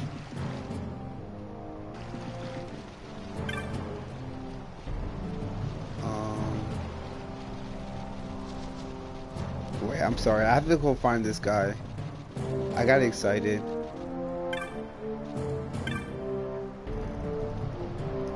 Sitting here on the earth, one comes to see many things. The earth flow of the world, even the flow of man's thoughts.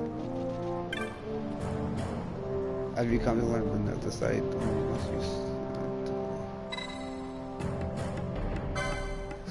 then please do this for me. Show him that you bear what you bear and the word you will understand.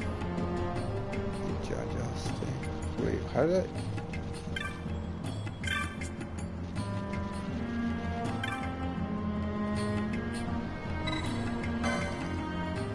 the High Chief gives this to me.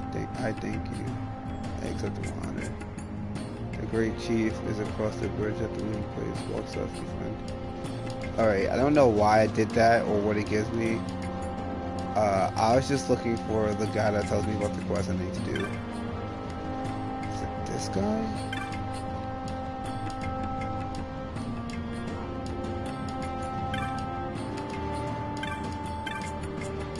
Oh wait, I think it's this guy. No, it's this guy. I'll get back to the theory. I just need to actually read this stuff to figure out how to do this hunt.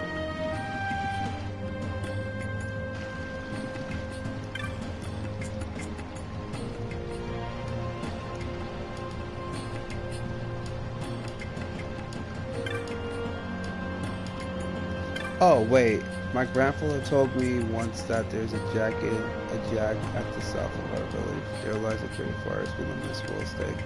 There lies a great one of the earth. How did that story go? Interesting. Wait.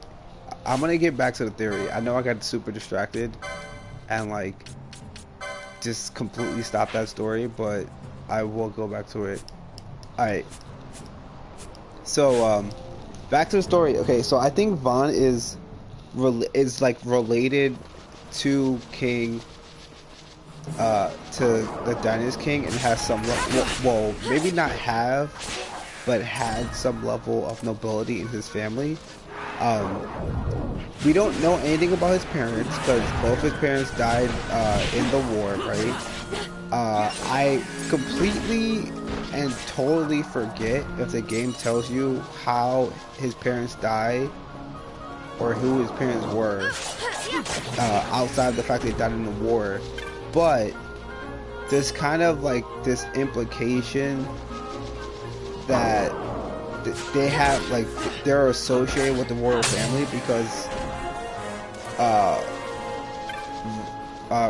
Rex, who's Vaan's brother, was in the army with Basch, but Basch was like, he wasn't royalty, but he was like the main guard for royalty. Like that's like that's a major theme that is played in the game. I mean, not played in the game, but it's a major theme of his personal story in the game, right? Like even his conversations when you get him are all about like his loyalty to the crown and to the kingdom and stuff like that. So and then this game takes place in like Western medieval like era to a certain extent. So like a major part of like the caste or chivalry system is that like low level nobles will be the guardian of the people, while high level nobles will be the what's the word, like leaders. So like the king obviously is the king, but like the people, like the knights and stuff will all be like his like relatives or like other noble families that are not in power. So like the fact that Reeks is part of that, like the guard that is specifically sent after to save the king, is kind of an indication that he like had some proximity to royalty. So at least in like practicality, if not like by blood, but like any bloodline would be, at this point, would be diluted, right? So like Ashe could, if Vaan is related to the Dynast King, then Ashe and Vaan could have like the same level of like blood relation to the Dynast King. The only difference is that Ashe, you know, she was in power, so she has like the title of being of the Dynast King. So that's what like I was trying to get at. It's just an interesting concept, and it makes like The reason why I like the theory is because it actually kind of gives some more prudence to Vaughn being in the game, because even if he was a noble, it doesn't matter to the character, right? Like it's not like he didn't grow up with nobility because his parents died, and in the foster family he lived with, their parents died, so he was always an orphan. But that like destiny of the like, you know, if he was related to the king, at least it would like it would make sense, like in terms of like, you know, that destiny thing, that his path would line with Ash, and that he would be able to use a lot of the same like, well, he would just be like involved in that like strand of history and be able to see the ghosts of the past like Ash is able to see. I'm pretty certain if it's not a weather thing, the way to get the hunt to appear is to kill him. I don't actually know off the top of my head, but I know that I'm not that type of thing. Has he appeared?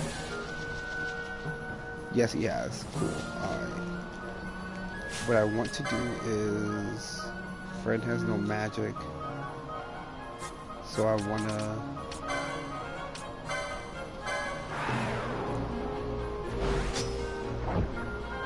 Alright, this should be fine.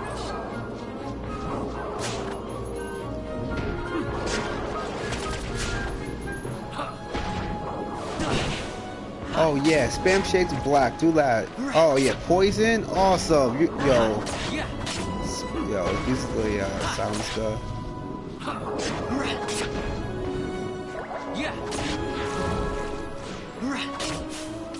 Yeah, Fred, yeah, this is why I like shades of black.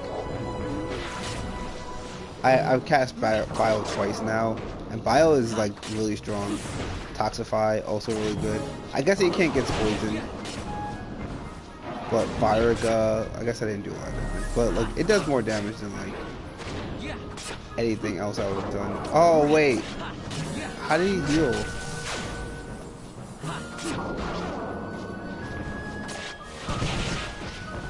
Alright, I don't.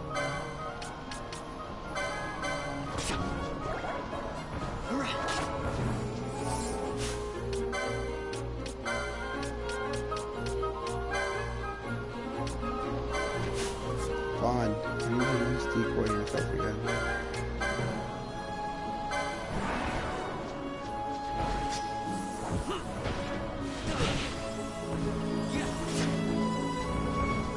Does he have...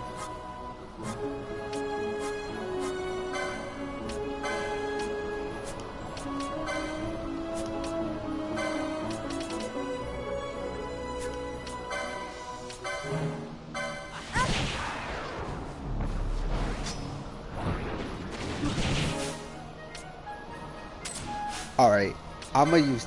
Wait. I'm gonna use balance for this 1,000 points of damage I'm about to do real quick. Yeah.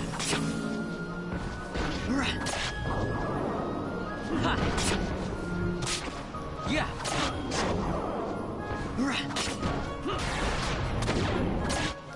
Alright, I'm gonna actually take these Gambit of Shades of Black off now, because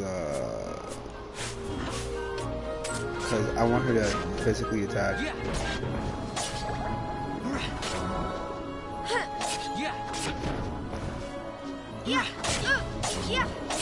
Yeah, combo damage.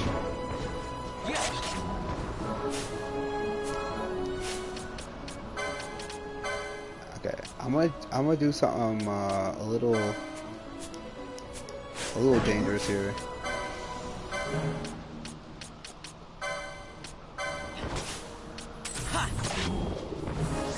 Oh, so a thing in this game is that the lower health you are, the higher chance you have to combo. But balance. Yeah, balance miss. That sucks.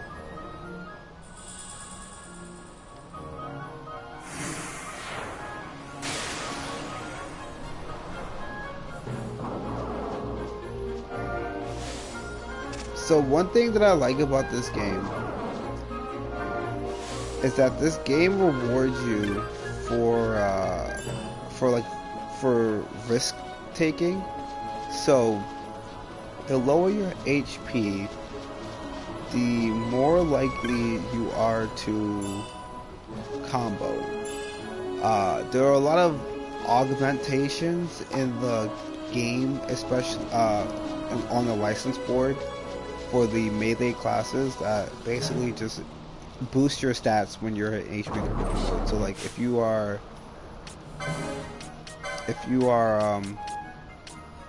well, not if you are, but balance. When you get to that HP critical mode, how does balance hit?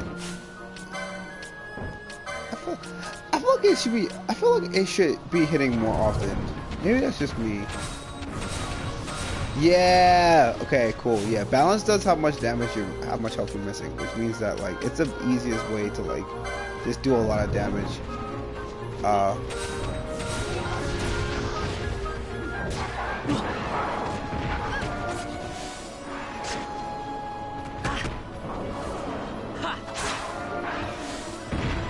Yeah, so see, so that's that. So balance as a spell, like in and of itself, rewards me for keeping my health low, right? Because Vaughn's not a magic user, but he can definitely hit for 1,000 damage.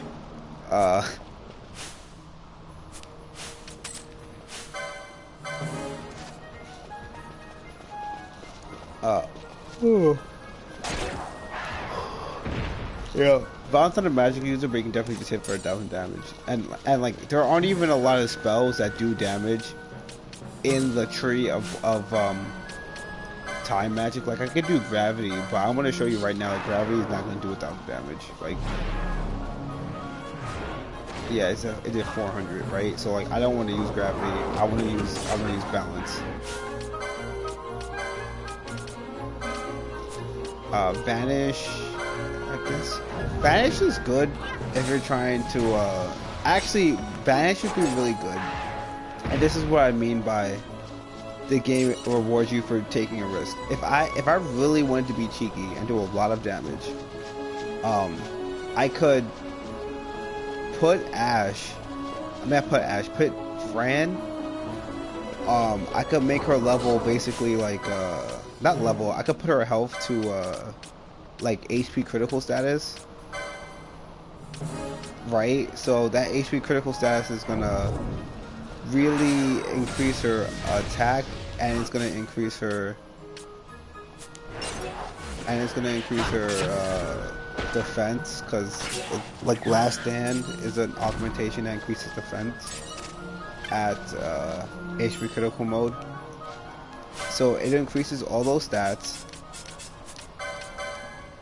And then Vanish will prevent her from being targeted. Actually, let me just get that last level.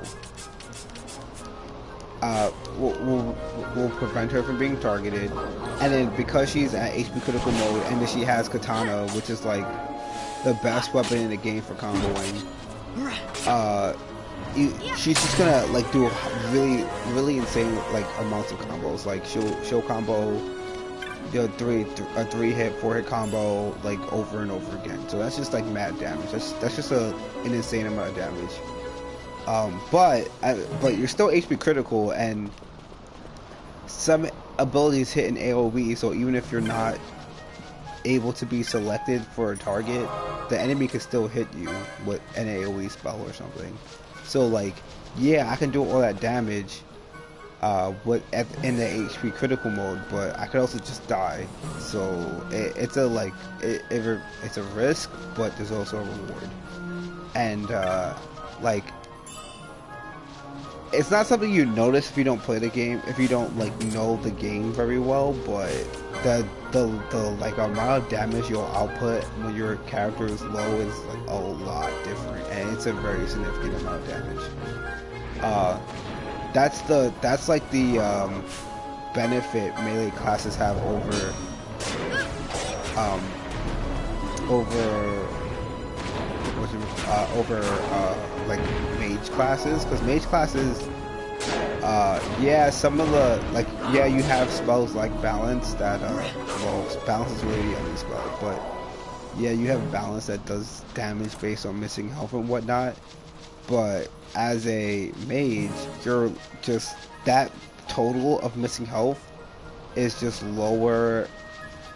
It's just a lower like levels, and then also you're more likely to die because you have bad defensive stats as a mage. But the benefit is obviously that you can hit for super effective. Oh god! Oh god! Oh god! The benefit is obviously you can hit for super effective damage and stuff like that. So, and then also you can attack, you know, comfortably out of range of near death. But so actually.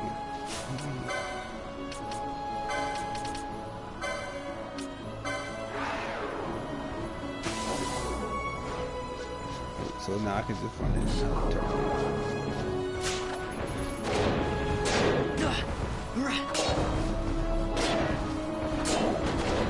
Oh wait, should we still wait? How does this work?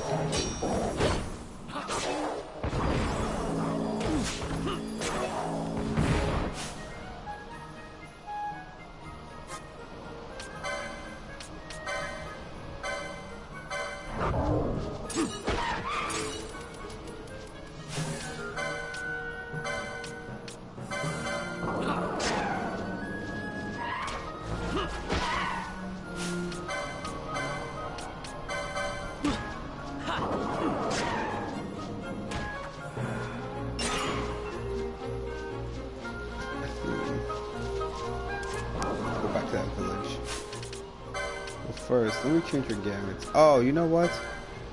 This is what I'll do.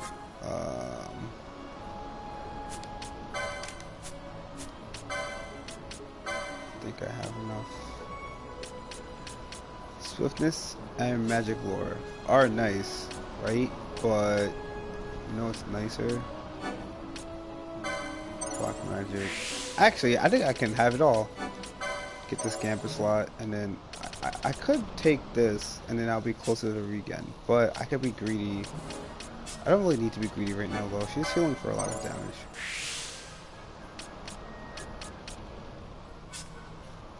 Regain is very good. Get these lures.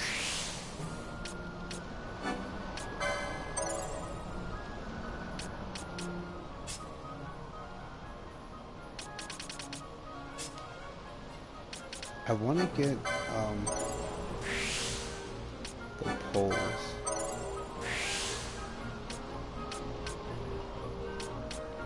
And then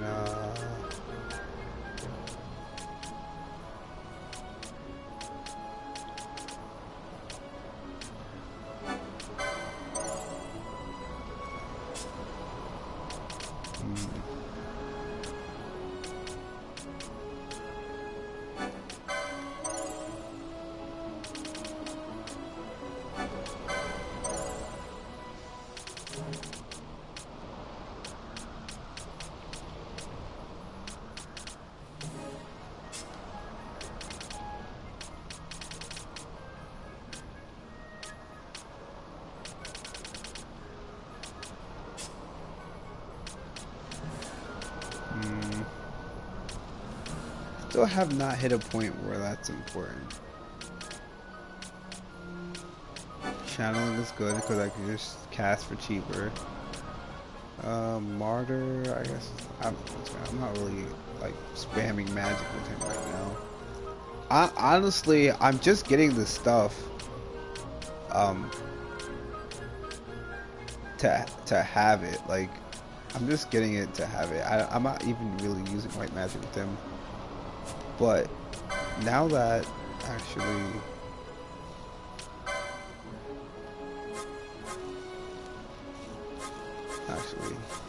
I'm gonna switch to it though, because now I can have like her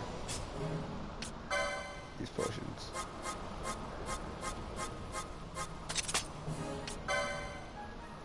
And I'll have it at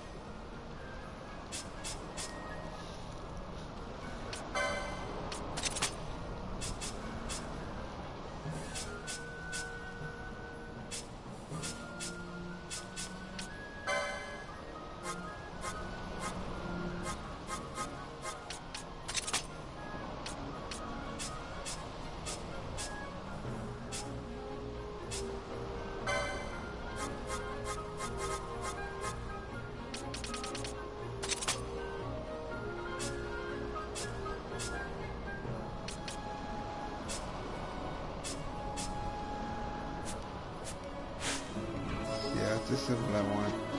Oh, wait.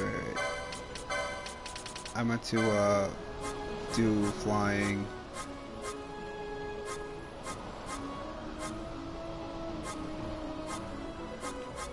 Flying, shades black.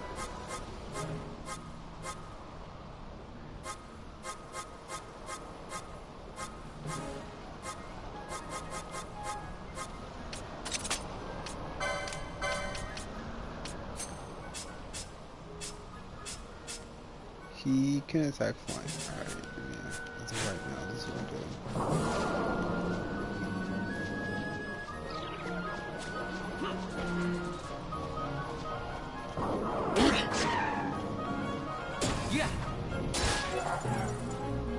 Yeah, see, Shades of Black. Shades of Black is just, it's just a goat. It's just a great spell.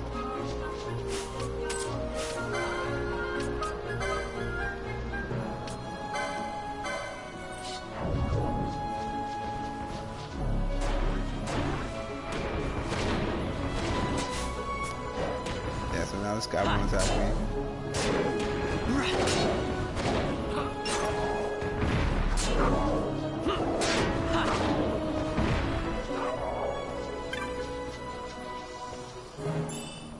I'm gonna be honest. In this playthrough, I'm using time magic more than I ever really have, and it's honestly way more useful than I remember it being. Like.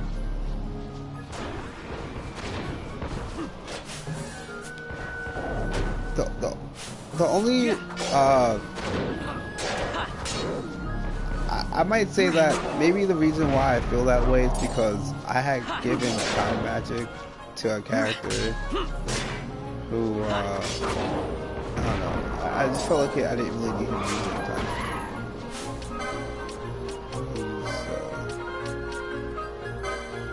Who's just talking to damage.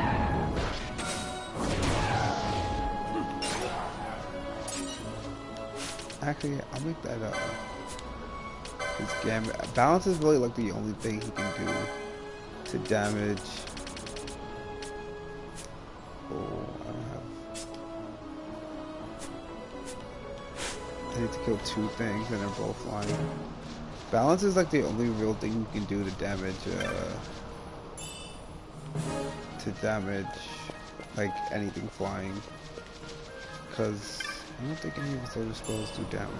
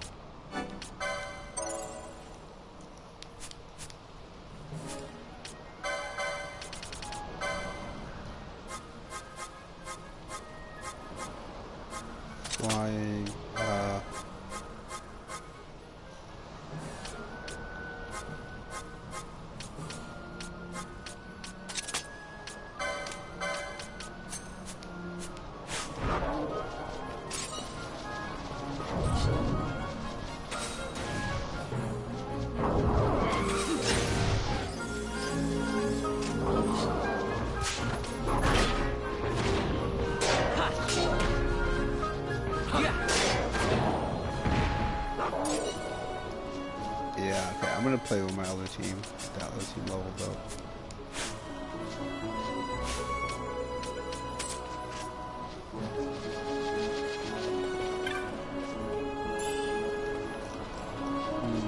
Okay. Alright, so I wanna start that cutscene and I wanna like save it probably there because there's a lot after that, honestly.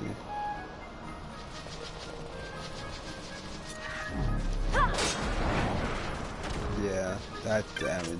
Penelo with her damage. It's just so much damage. Like she does 14 like 100 damage and like everyone else is just hitting for like 200 to 300. And it's honestly it's because of the staff she has, because the fire staff boosts fire magic and then fire raw is just a strong spell. Plus it's safe, like in terms of like her not being hit by elemental damage. I don't know why I said elemental. I meant to say AoE.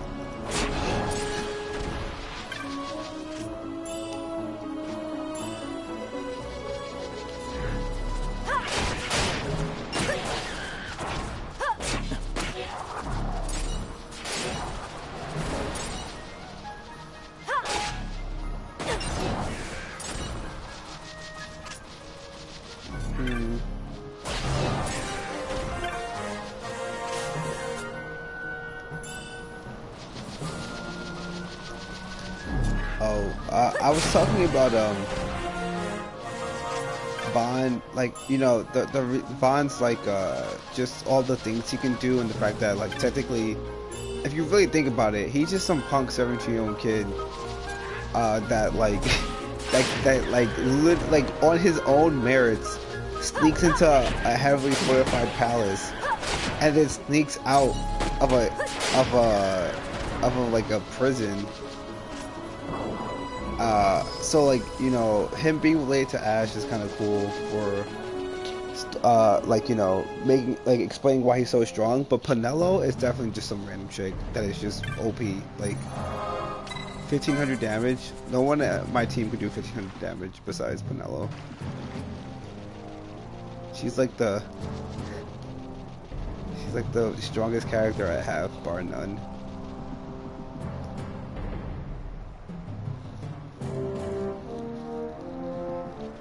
Okay, let's start this cutscene.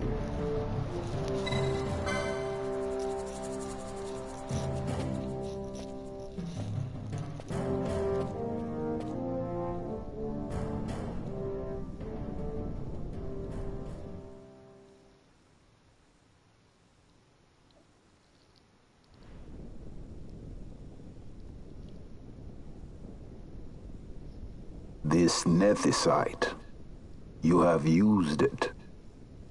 It was not I who used it. Indeed, I had hoped you could show me how. Thus I've come. You do not know the workings of the stone, then we are no different. What? In ages past, the gods made a gift of nethicite to my people. But the manner of its use eluded us.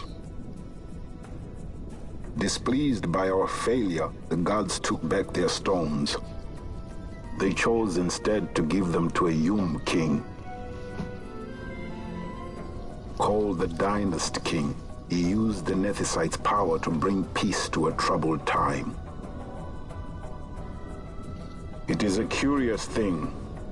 Though the blood of King Wraithwolf flow through your veins, you cannot wield nethicite. Cannot wield it? So then, am I to understand you can't tell me how to use the stone? Though it shame me so to admit, here before me stands a descendant of the Dynast King himself, and I can accord her no help at all. Still, even if you knew how to use the nethicite, you would find it of small avail. The mist collected in the stone over ages past is lost, and with it, the stone's power. It will be your posterity who wield the stone in ages yet to come.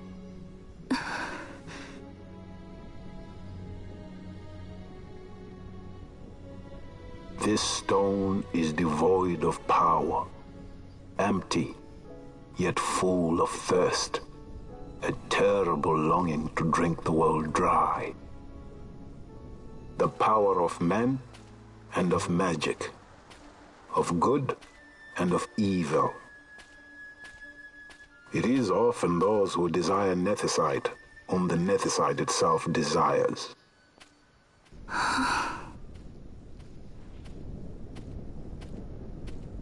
Larsa?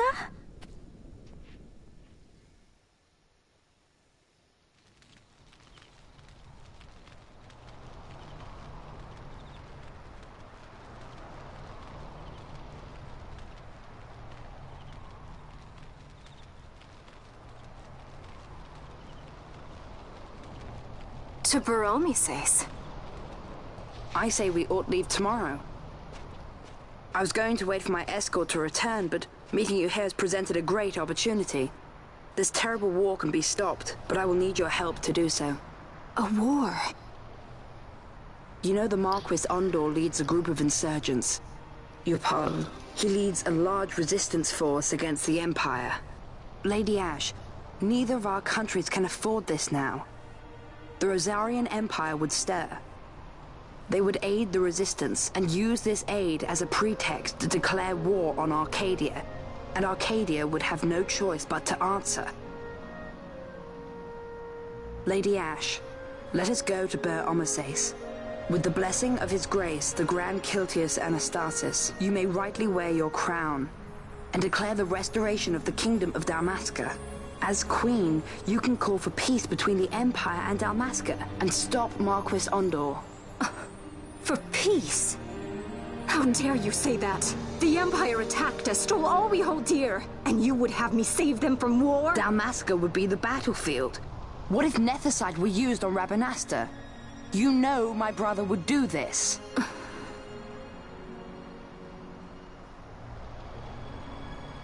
Forgive me. I presumed overmuch. I could think of no other way to avoid bloodshed. If you cannot trust me, then please, take me as your hostage.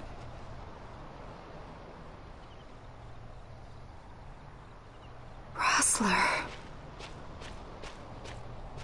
You saw him, didn't you? Like at the King's tomb. So you did see him too. But why? It's strange. Before, I didn't even know what you looked like. And the prince? I barely knew there was a prince. Who knows? Maybe the person I saw was my brother. Basch told me about him. He enlisted right at the end. But for what? He knew he couldn't win. To protect something. How can he protect anything when he's dead? Was it different for Prince Rastler? Did that make sense? Hating the Empire, getting revenge, it's all I ever thought about. But I never did anything about it. I mean, I realized there was nothing I could do. It made me feel hollow, alone. And then, I'd miss my brother. I'd say stuff like, I'm gonna be a sky pirate, or some other stupid thing. Just anything to keep my mind off it.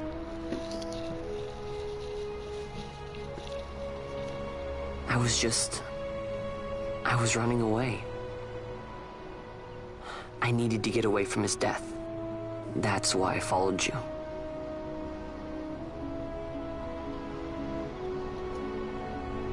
You know what? I'm through with it. I'm through running. I'm ready to find my purpose. To find some real answers. Some reasons. If I stick with you, I think I will. I wish I knew. I'll find him.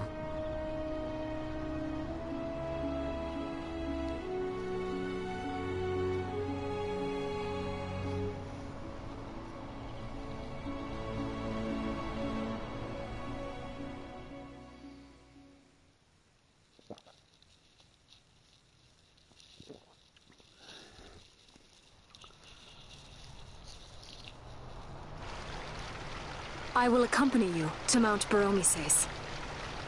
I had hoped you'd say yes. I'm glad. My heart is not set. I still have questions. I hope to find answers along the way. I had other reason to invite you. There is someone I'd like you to meet, waiting on Baromises. Who is that? An enemy, and an ally also. You will just have to wait and see for yourself.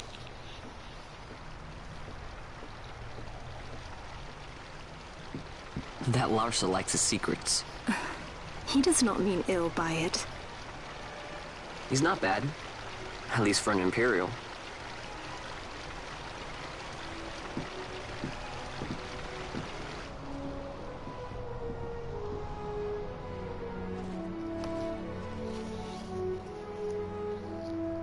Holy Mount Baromises stands at the northern end of the Jagd Remuda.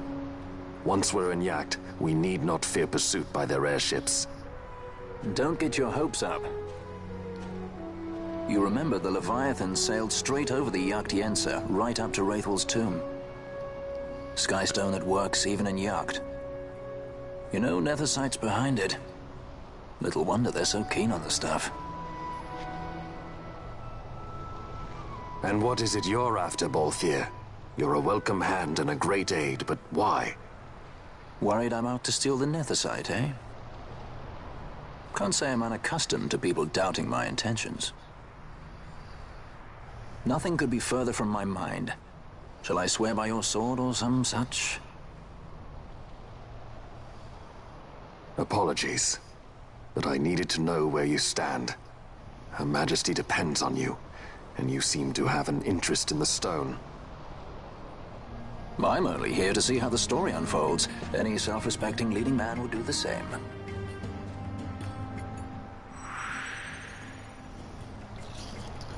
Alright.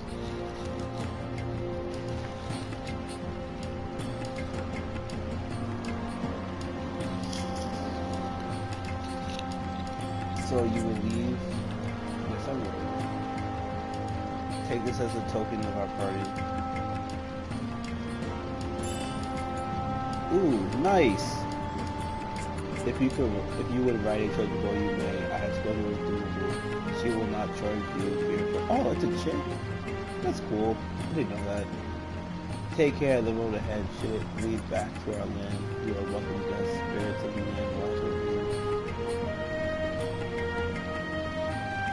Alright, so that crossbow is going to be really nice because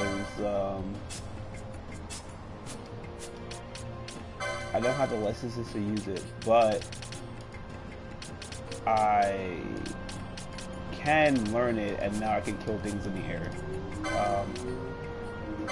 As opposed to this guy. Oh, I need to see. I'm gonna make him my tank.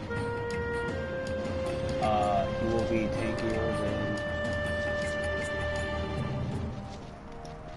than Vaughn.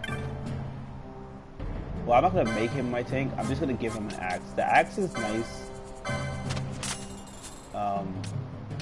It doesn't hit flying enemies.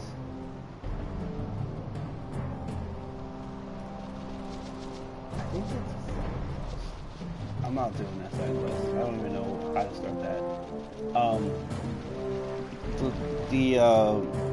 But the side quest to do at Ravenous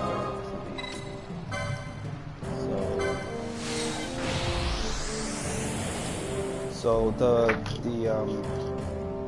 the axes are nice, not because they do good damage, because honestly the spear I have on both Bosch's is like the gold, because it makes it casts slow like on hit, but the axes will let me equip shields, and Bosch has 2 shield augments, which means that he's more likely to block than Vaughn is. And with that crossbow, Vaughn won't even be in range, so he doesn't need to tank anymore. He could just stay out of range. So that's my mentality. I'm just going to I'm gonna do this.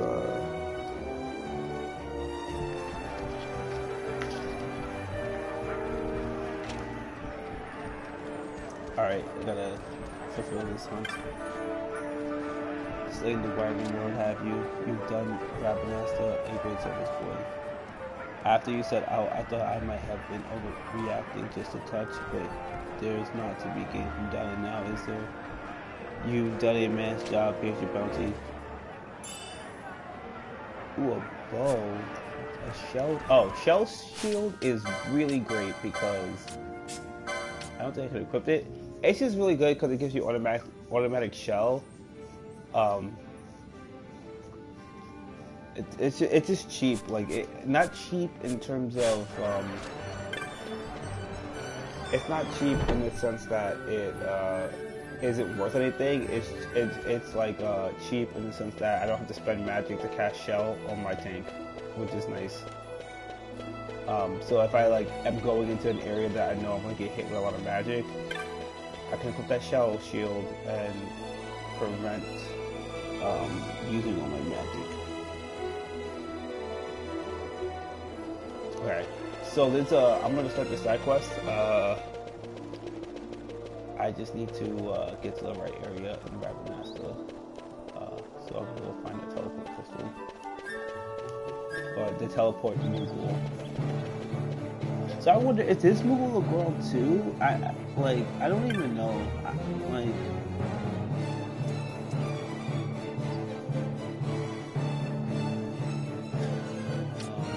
need to go to south.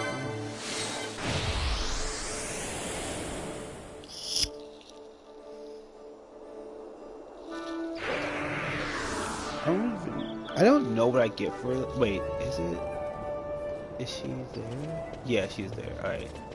Alright, this is what I'm talking about. Like, there's definitely Viera in Rabanasta. I guess she doesn't show up until after Vaughn has met Viera, but still. Honestly, the Viera are really pretty. Like, I like tall girls, so maybe that's why. Good day. I have only just arrived in Rabanasta. It is my first visit to the city.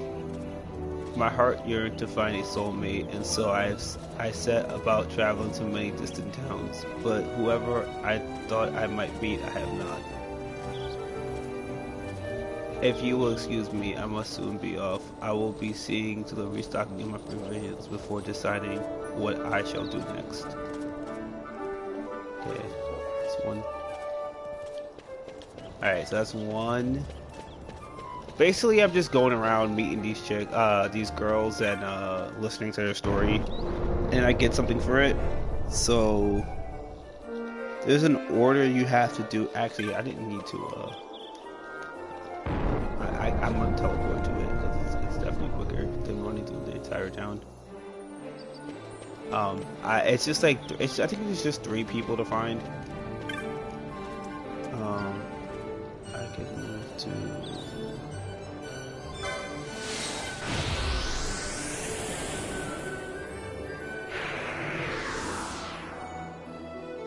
Oh wait, I made a mistake. I don't think I'm looking for 3 people. I think I'm just helping this girl find her soulmate. There's another side quest I definitely remember doing in this game where like you're looking for Viera, but I guess it's not this one. Where is this guy?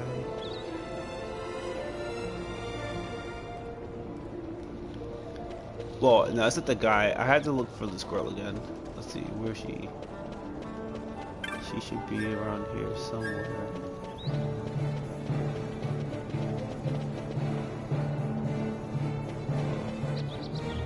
Nope.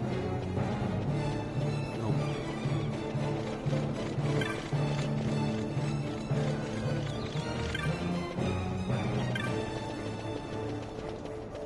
I actually want to go in here because I want to see if there's any hunts.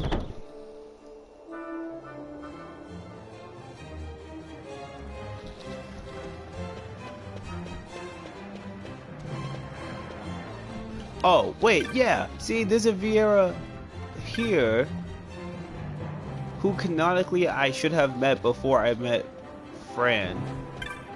Well, I mean, not canonically. I literally just like been in here before Fran joined my party, so. Rewards, high potions, teleport stones. Ether and teleport stones. Oh, cool. Gill Snapper, Geezer Rings, General Tortoise that once menaced Geezer plans to return. It may be my fault. Please, I need your help. Yeah.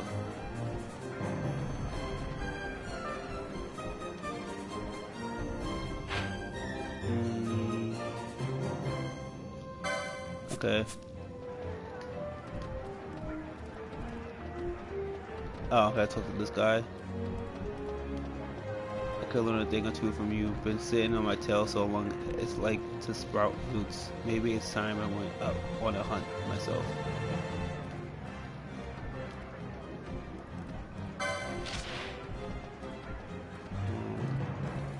I got caught thieving, and I'd be happy to give back what I stole, but this monster came and stole what I stole. I'm better to talk in person. Yeah, because you're guilty. Alright.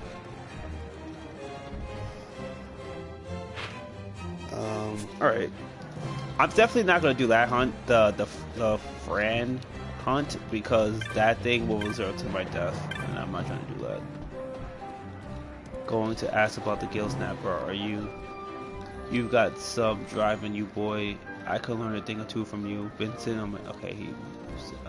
Okay, well, I literally did not. Wait, you didn't tell me anything. Oh wait, okay, I get it. He's just gonna be okay. He's just gonna show up during the fight. That's what's gonna happen. Okay, I gotta find this Viera lady again. She should be on this side. I just should have paid attention.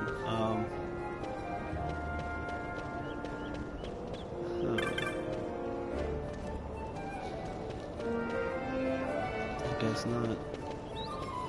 Alright. I guess she's not here yet.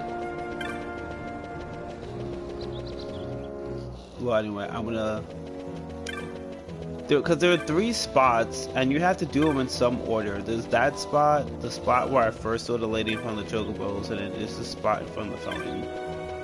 So, let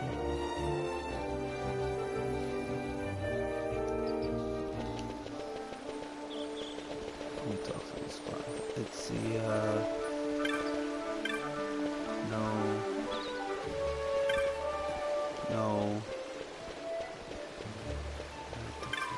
Yes, this guy. I saw the most beautiful Viera here once, and I've never been able to put her out of my mind. The Viera who came through just now reminded me of her.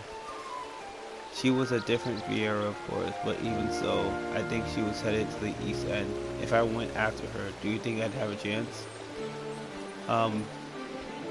Yes, because she is desperately looking for love. She is a, single, technically black female who got no man.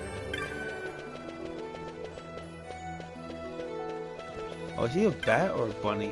Would that be bestiality? I feel like it wouldn't be, but at the same time, she definitely has bunny ears. Or is that just cosplay and we don't think about it? What am I doing? Hello.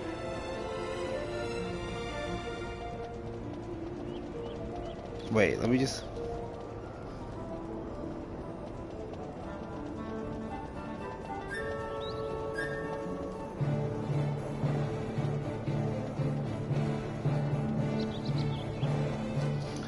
Oh, I think she's inside the shop. That's what it is.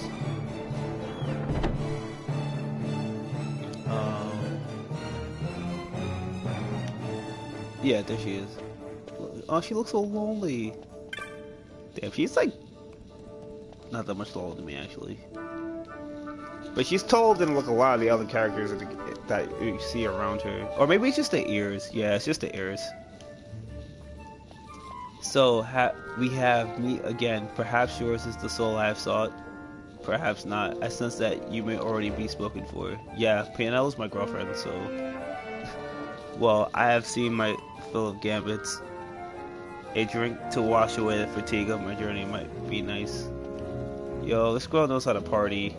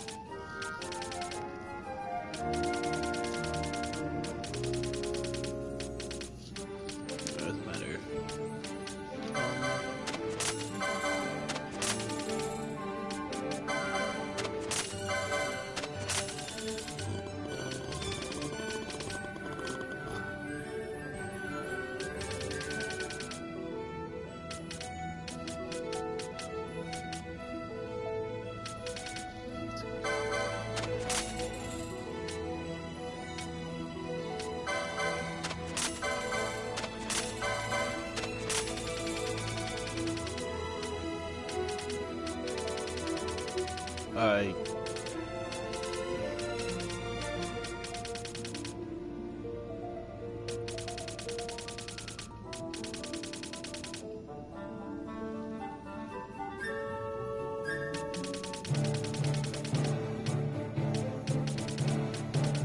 This will come in handy later. Alright.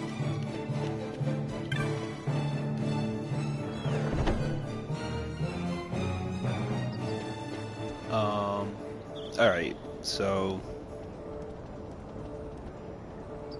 Alright, so she said she wants to go for a drink, so I'm assuming she's going to the bar. I feel like that's just like a logical assumption.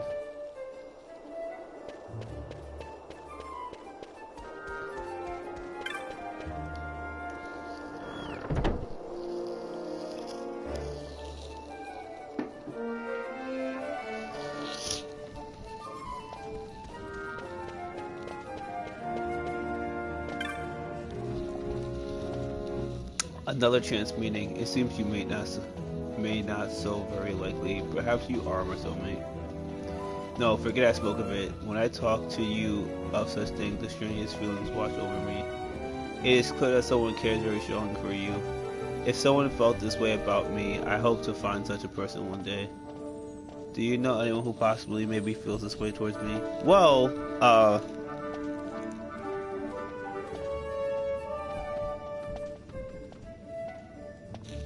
I mean, there was that dude that said he said he was attracted to you. Let me go talk to him. Alright, so now you gotta go, yeah, so now you go back. You know, this is technically not a fetch quest, but it definitely feels like a fetch quest. But it's still interesting. I mean, in terms of side quests go, I don't think it's like a confirmed relationship, like in terms of like them actually being together, but I'm pretty sure the series as a whole ships Vaughn and Penelo together. There's a sequel to Final Fantasy XII called Final Fantasy XII Revenant Wings that is for the DS, that is basically just like, the best way to explain it is that it's like a StarCraft game, but for Final Fantasy. So that, like, if that is your cup of tea, that Viera's in the tavern now, right? I can't take this anymore. It's tearing me up inside. Will you tell her how I feel of the longing in my heart, if what I've heard is true? She's looking for someone, so maybe, just maybe. Yeah, I got you. Oh yeah, alright, let's do this. I got you, my dude. Oh yeah, so yeah, in the sequel, basically it's like Vaughn and Penello's sequel. Like I'm not gonna spoil where they end up at the end of the game, but basically, you know, like obviously, like most video games and stories go, the main characters have their separate ways, but Vaughn and Penello obviously stay together. So like the story is of the sequel is literally like those two together doing stuff. So like it's not like outright an official relationship because these guys, like, they're kids, they're only 17, but it's like shipped. So I think that's what this character is alluding to, considering that Vaughn is the character talking to her. Yes, what is it? It seems you have something on your mind. Really? Then I have no time to waste. Forgive me, I must go. Thank you for telling me.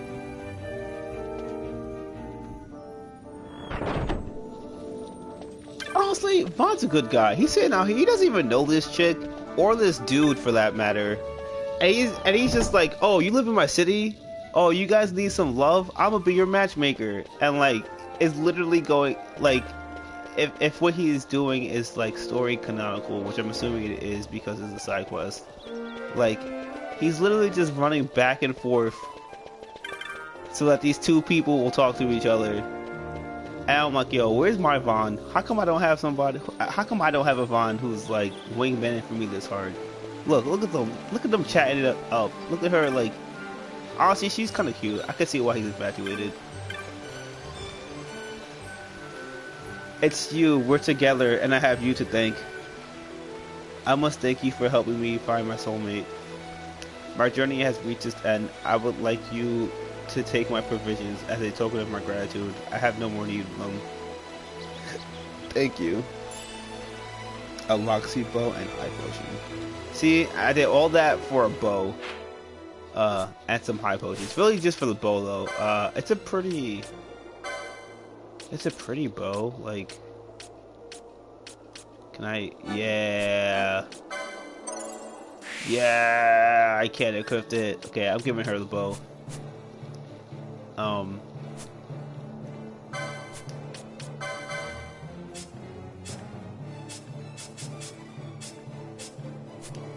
Actually, if I give her the bow, okay, so yeah, I got her a bow, which is nice.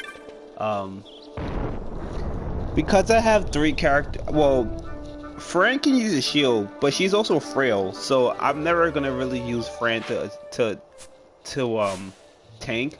Like, her health is at 800, which is like not good compared to the other 3 characters who have shields. Even Ash's health isn't that high right now. Not the way I'm building her. Towards the end of the game, she will of course be like super tanky, but like right now, like, she's not. So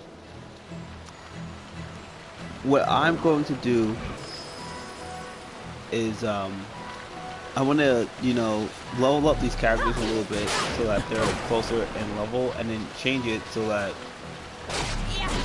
Bosch and Vaughn aren't on the same team.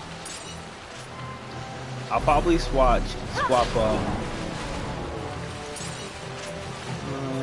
probably, I don't know how I'll switch up the teams, but I'm just gonna have it so that they're not on the same team. Just so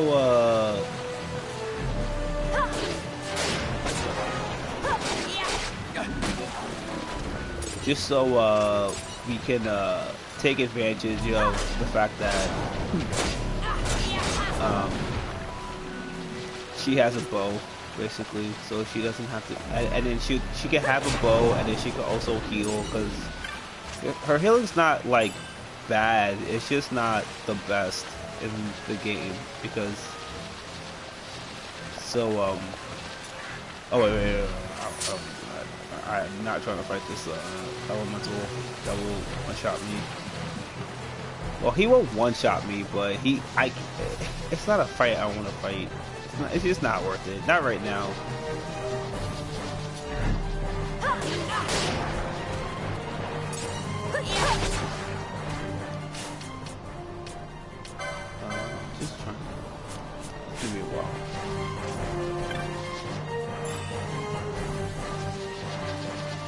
because I don't want to give her a bow on this team because clearly she's the only melee character, and having like no melee characters in your team is just kind of not, it's not nice. It doesn't feel nice.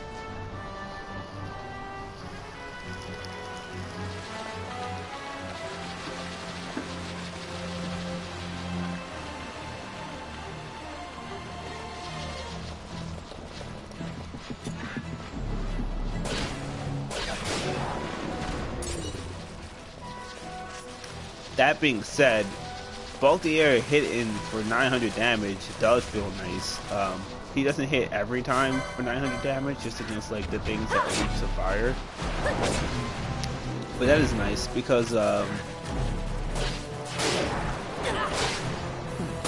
his damage doesn't really increase with level up. It just increases with guns, like whatever weapon you have equipped. So like the best gun.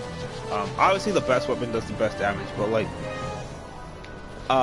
level ups won't really change how much damage he's doing. But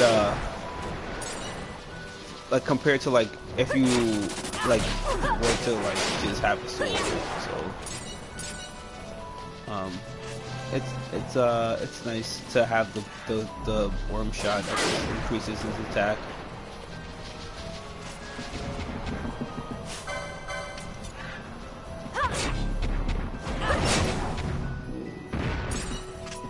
So one thing in this game that also it doesn't really tell you, but you kind of find out, is that the more things you kill, not only the more items you get, but after a certain point you get like you can purchase an item from the bazaar that basically makes it so that you how should I put this, like you have a better likelihood of having items dropped from enemies, which is nice. I almost never buy them, but it's nice. It's very nice actually, because some of the best items in the game you can only get through the bazaar. Okay, here's the this is... Oh wait, this tree. I need to... Yo, honestly, I got completely distracted. I need to kill this tree though. Strike the tree. It's a cool sword. Such cool sword design. Weapon design in this game. Okay.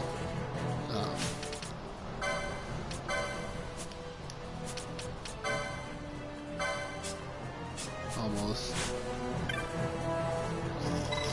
Yes, I have. I knew it. I had a feeling about you. Well, let's get on with it then. What do you say? I'm sure you know that we live here only during the dry, and I leave the village come the rains. However, circumstances preventing us from leaving. I keep telling you, I didn't know the hairpin was made of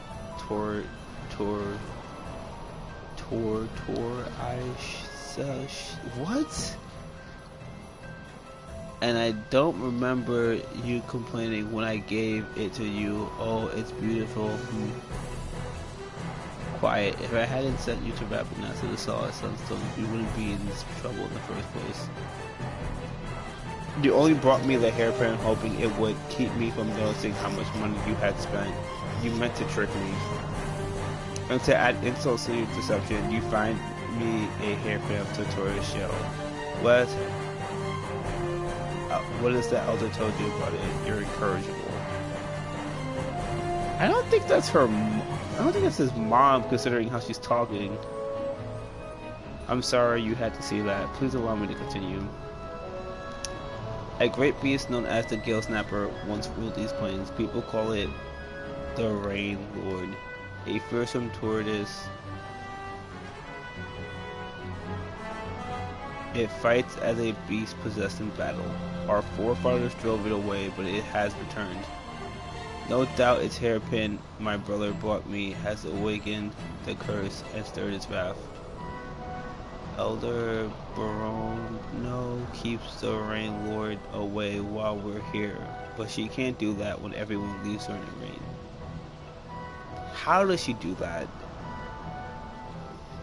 So she asks us to stay and keep Giza safe while they're gone. I don't know how, but this urns protected from the Rain Lord. Protected us from the Rain Lord so far. But until that thing is taken care of for good, we're gonna have to keep doing this. Yeah, sure.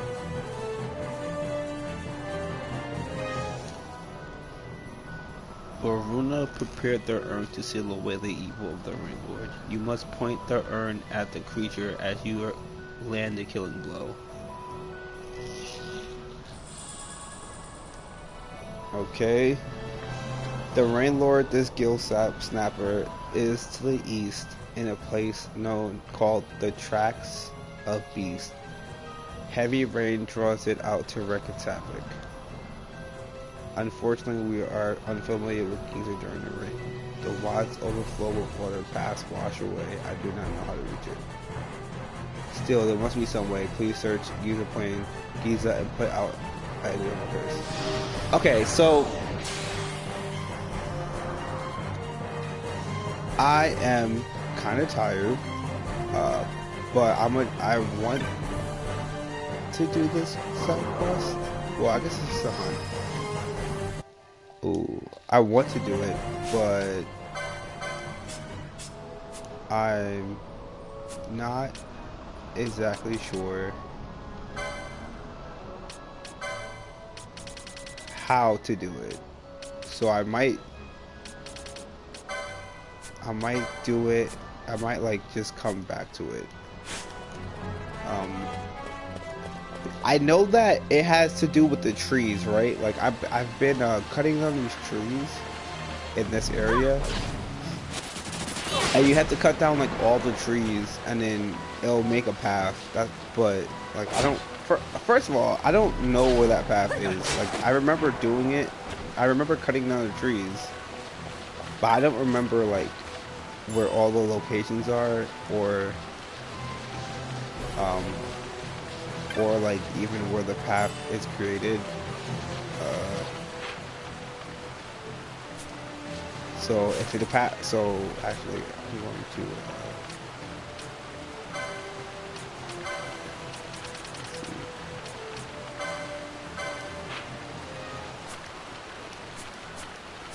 yeah, so I'm gonna see if this, wait, is it path created? Yeah, so this is the path. This is the path I need to take, but I need to find dead trees. I think I just need one more tree, so I'm just gonna go to each area and then look for trees and do the tree thing. I don't want to go that area. I don't want to deal with that. I'm pretty sure I did the one in this area though, and if I didn't, it'll be the last area I look at. I don't want to deal with that right now. I'm told.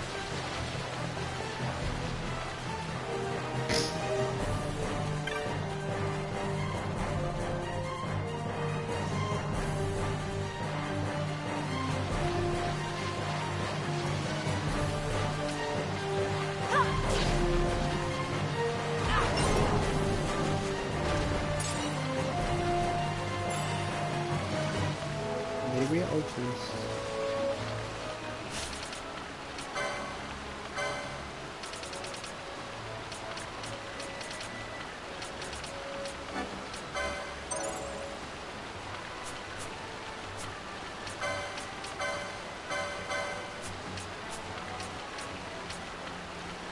Oh, that's a lot more damage. Oh, the only thing with these ranged weapons is that they definitely 100% are less likely, are not 100%, but like they are less likely to hit in like the range. Like that's just a gameplay mechanic. This game really likes geomancy for some, like the concept of like weather effects is very prevalent in this game. It's not ever like blatantly stated but it seriously changes the way you play the weather will seriously change the way you play the game. Most areas don't really change weather that often, you know, this like specific area does, where like it's like raining and completely different. But each area has its own weather conditions, so like that will be what factors in. For example, like this place is almost always raining, so bows aren't that good. And there are other places in the game that are almost always raining, so bows aren't that good. And then there are like tundra areas, so casting ice magic, like ice magic is boosted, so stuff like that. And then obviously there are like windy, like there are areas that are like just windy, so air magic is boosted. It's one of those things where like you can just play through the entire game and not have to deal with it. But if you know it, if it's like it just makes sense, right? Like it's just like if you were not playing a video game and you were in real life, that would just like these effects would just make sense. So it just adds to the realism, which is something I like.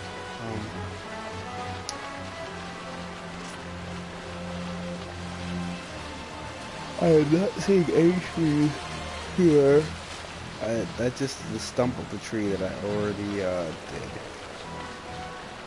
So this area is clear. I'm pretty sure there's only one tree per area. That area is clear.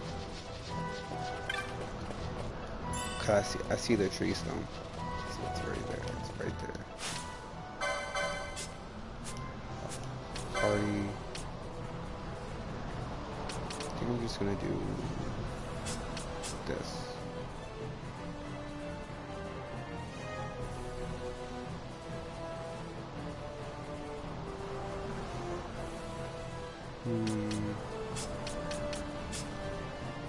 This? Yeah. Cut the Manila.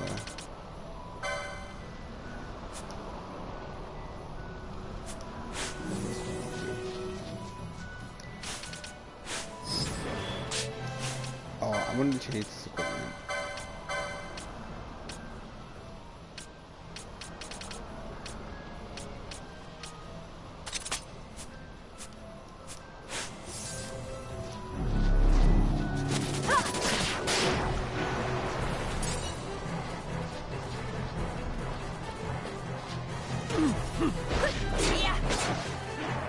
Actually, I'm higher level now, so there is something that I could do that would really be helpful. Like it just really. But I'm gonna try to do this tree thing first. If I don't find it in like the next like couple of minutes, I'll just come back to it because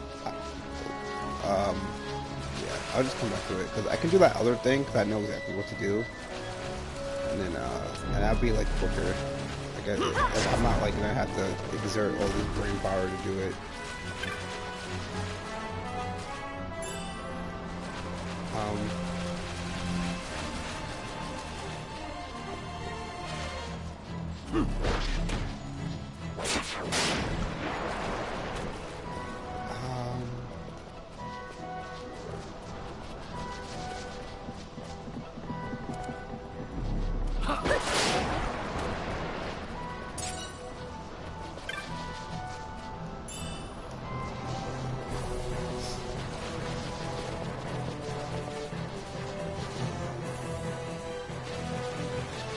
Oh, is this the last tree? I think this is the last tree.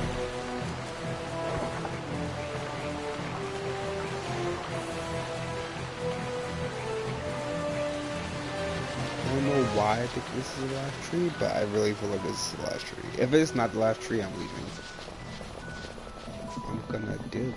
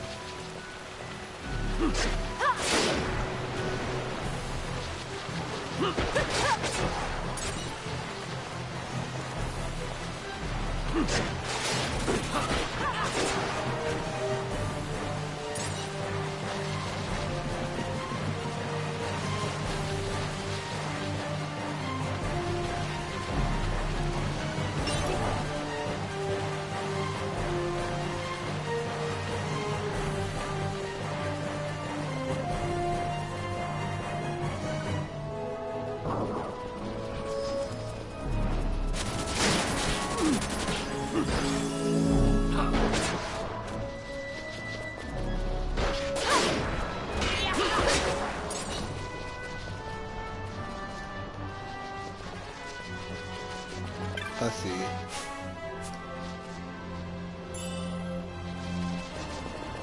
Is it? No, it's not. Okay, so I'm just gonna leave. I'm going to go.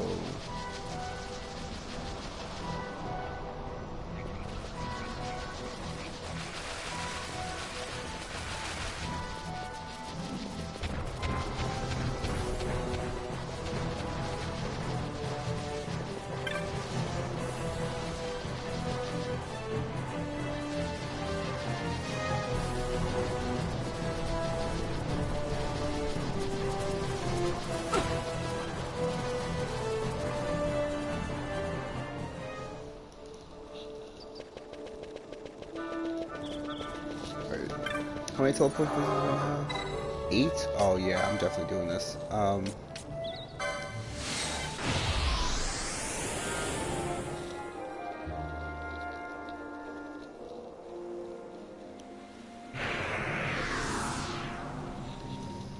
Okay, so what I want to do is equip.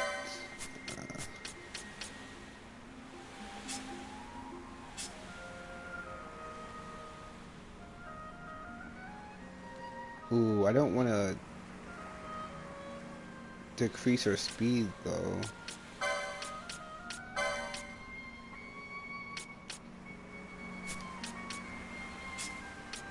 I don't want to decrease her speed because her speed, bows do damage based on speed and strength. So decreasing her speed would actually decrease her attack power.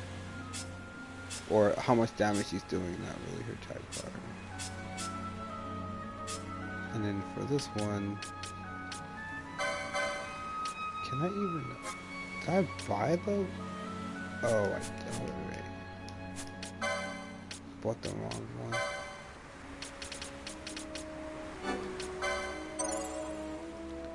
I want that, and I want that. And I guess these two things.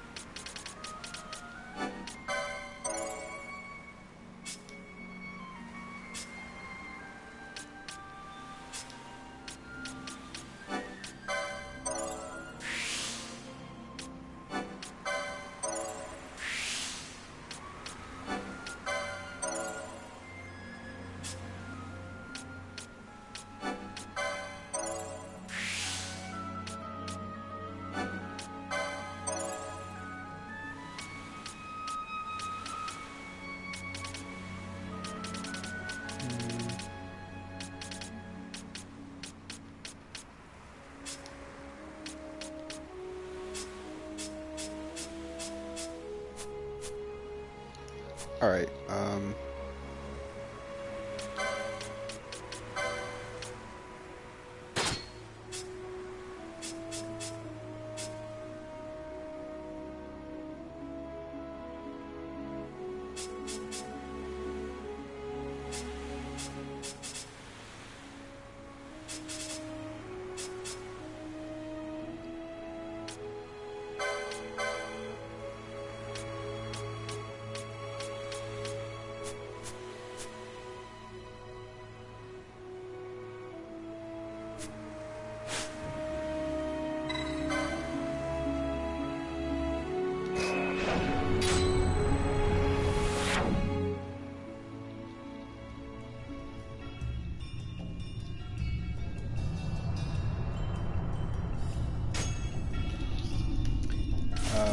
Gambits.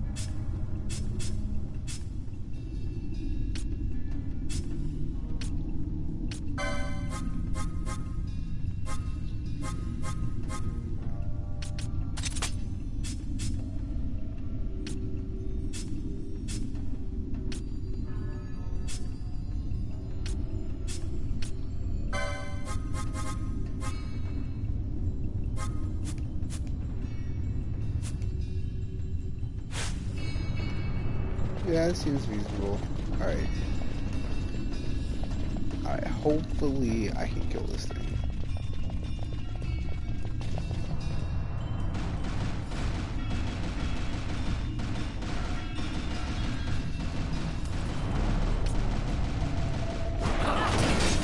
Yeah.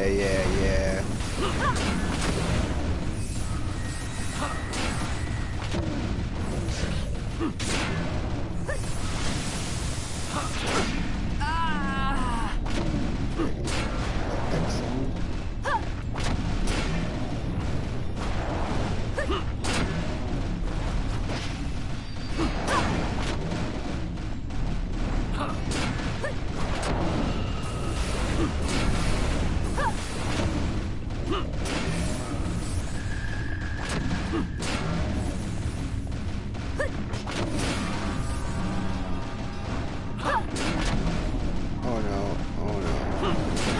Yeah, I'm gonna make it nice, okay.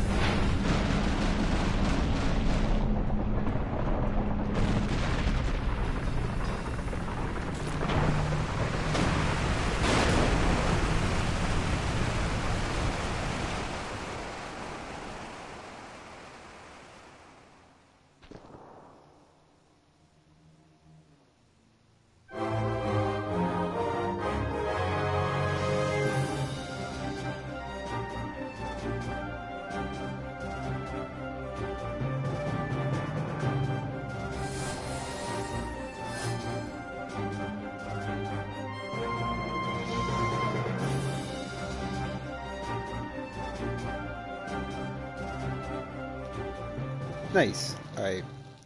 So I think new paths should be open to me now. Versus Black Knight.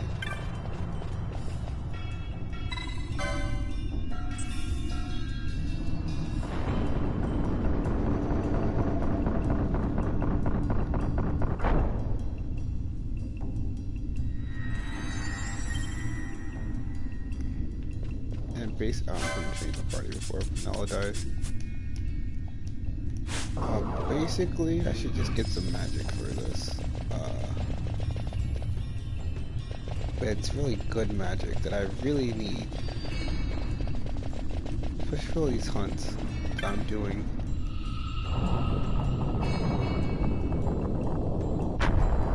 Is it this way? I forgot which side it's on.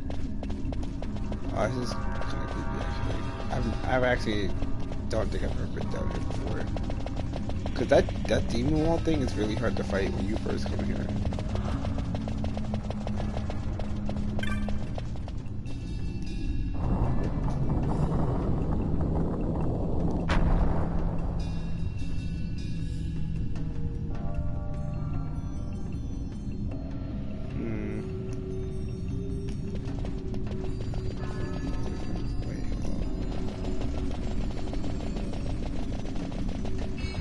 Oh, I think it's the same place regardless. Nice.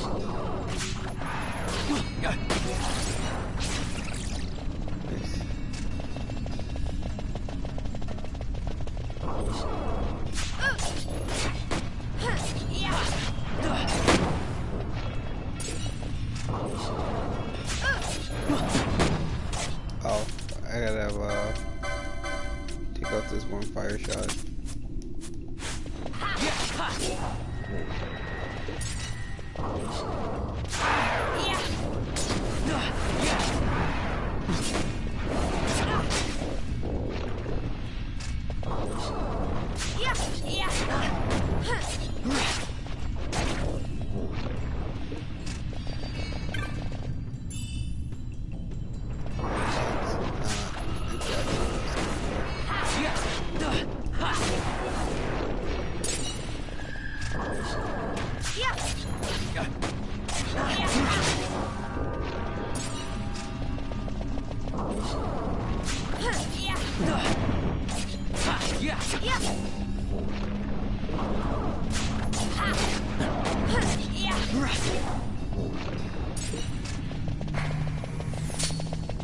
I don't want to kill these bats.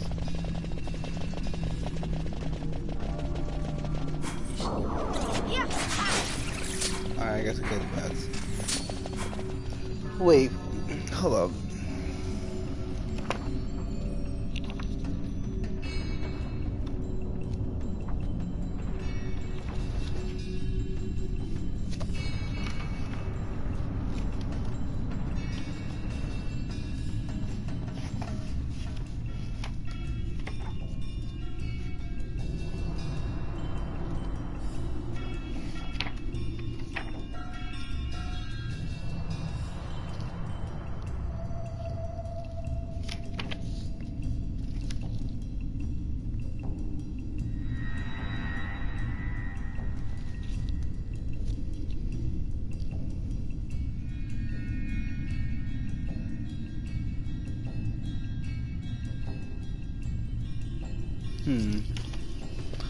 Maybe I did this off no reason, and I'm stupid.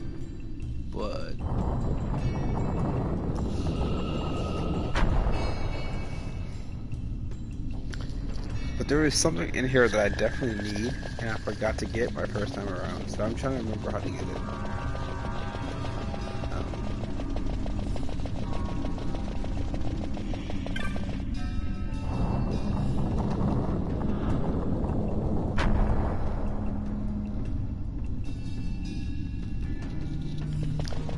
But I did kill that sub boss, the boss you don't actually need to kill. So this is cool.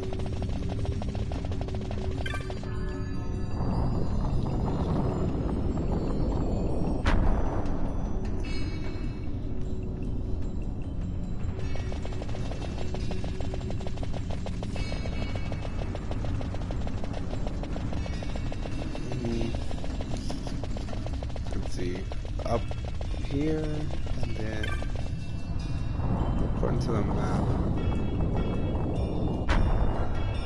it's should be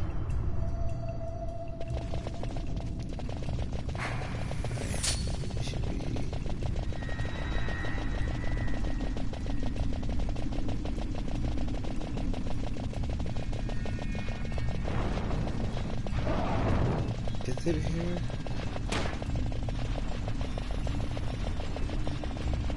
Oh, yeah.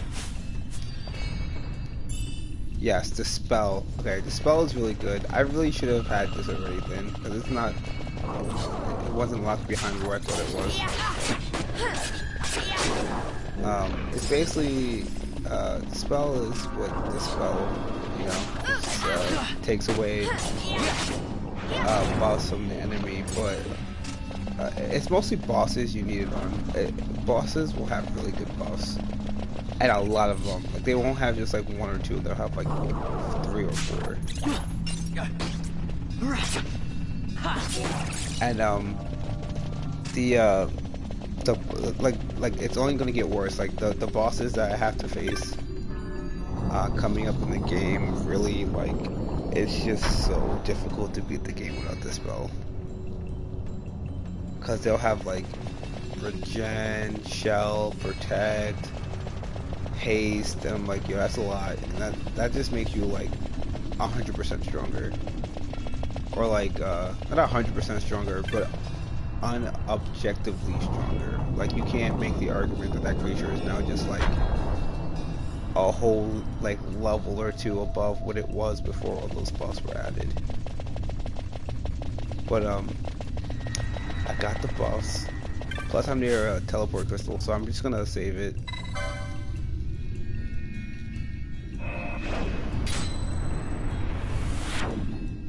There's actually one more side quest I could do, that I kind of just don't. I'm gonna go to where it is, but I'm not gonna do it. I'm just gonna like end. So it's in this here.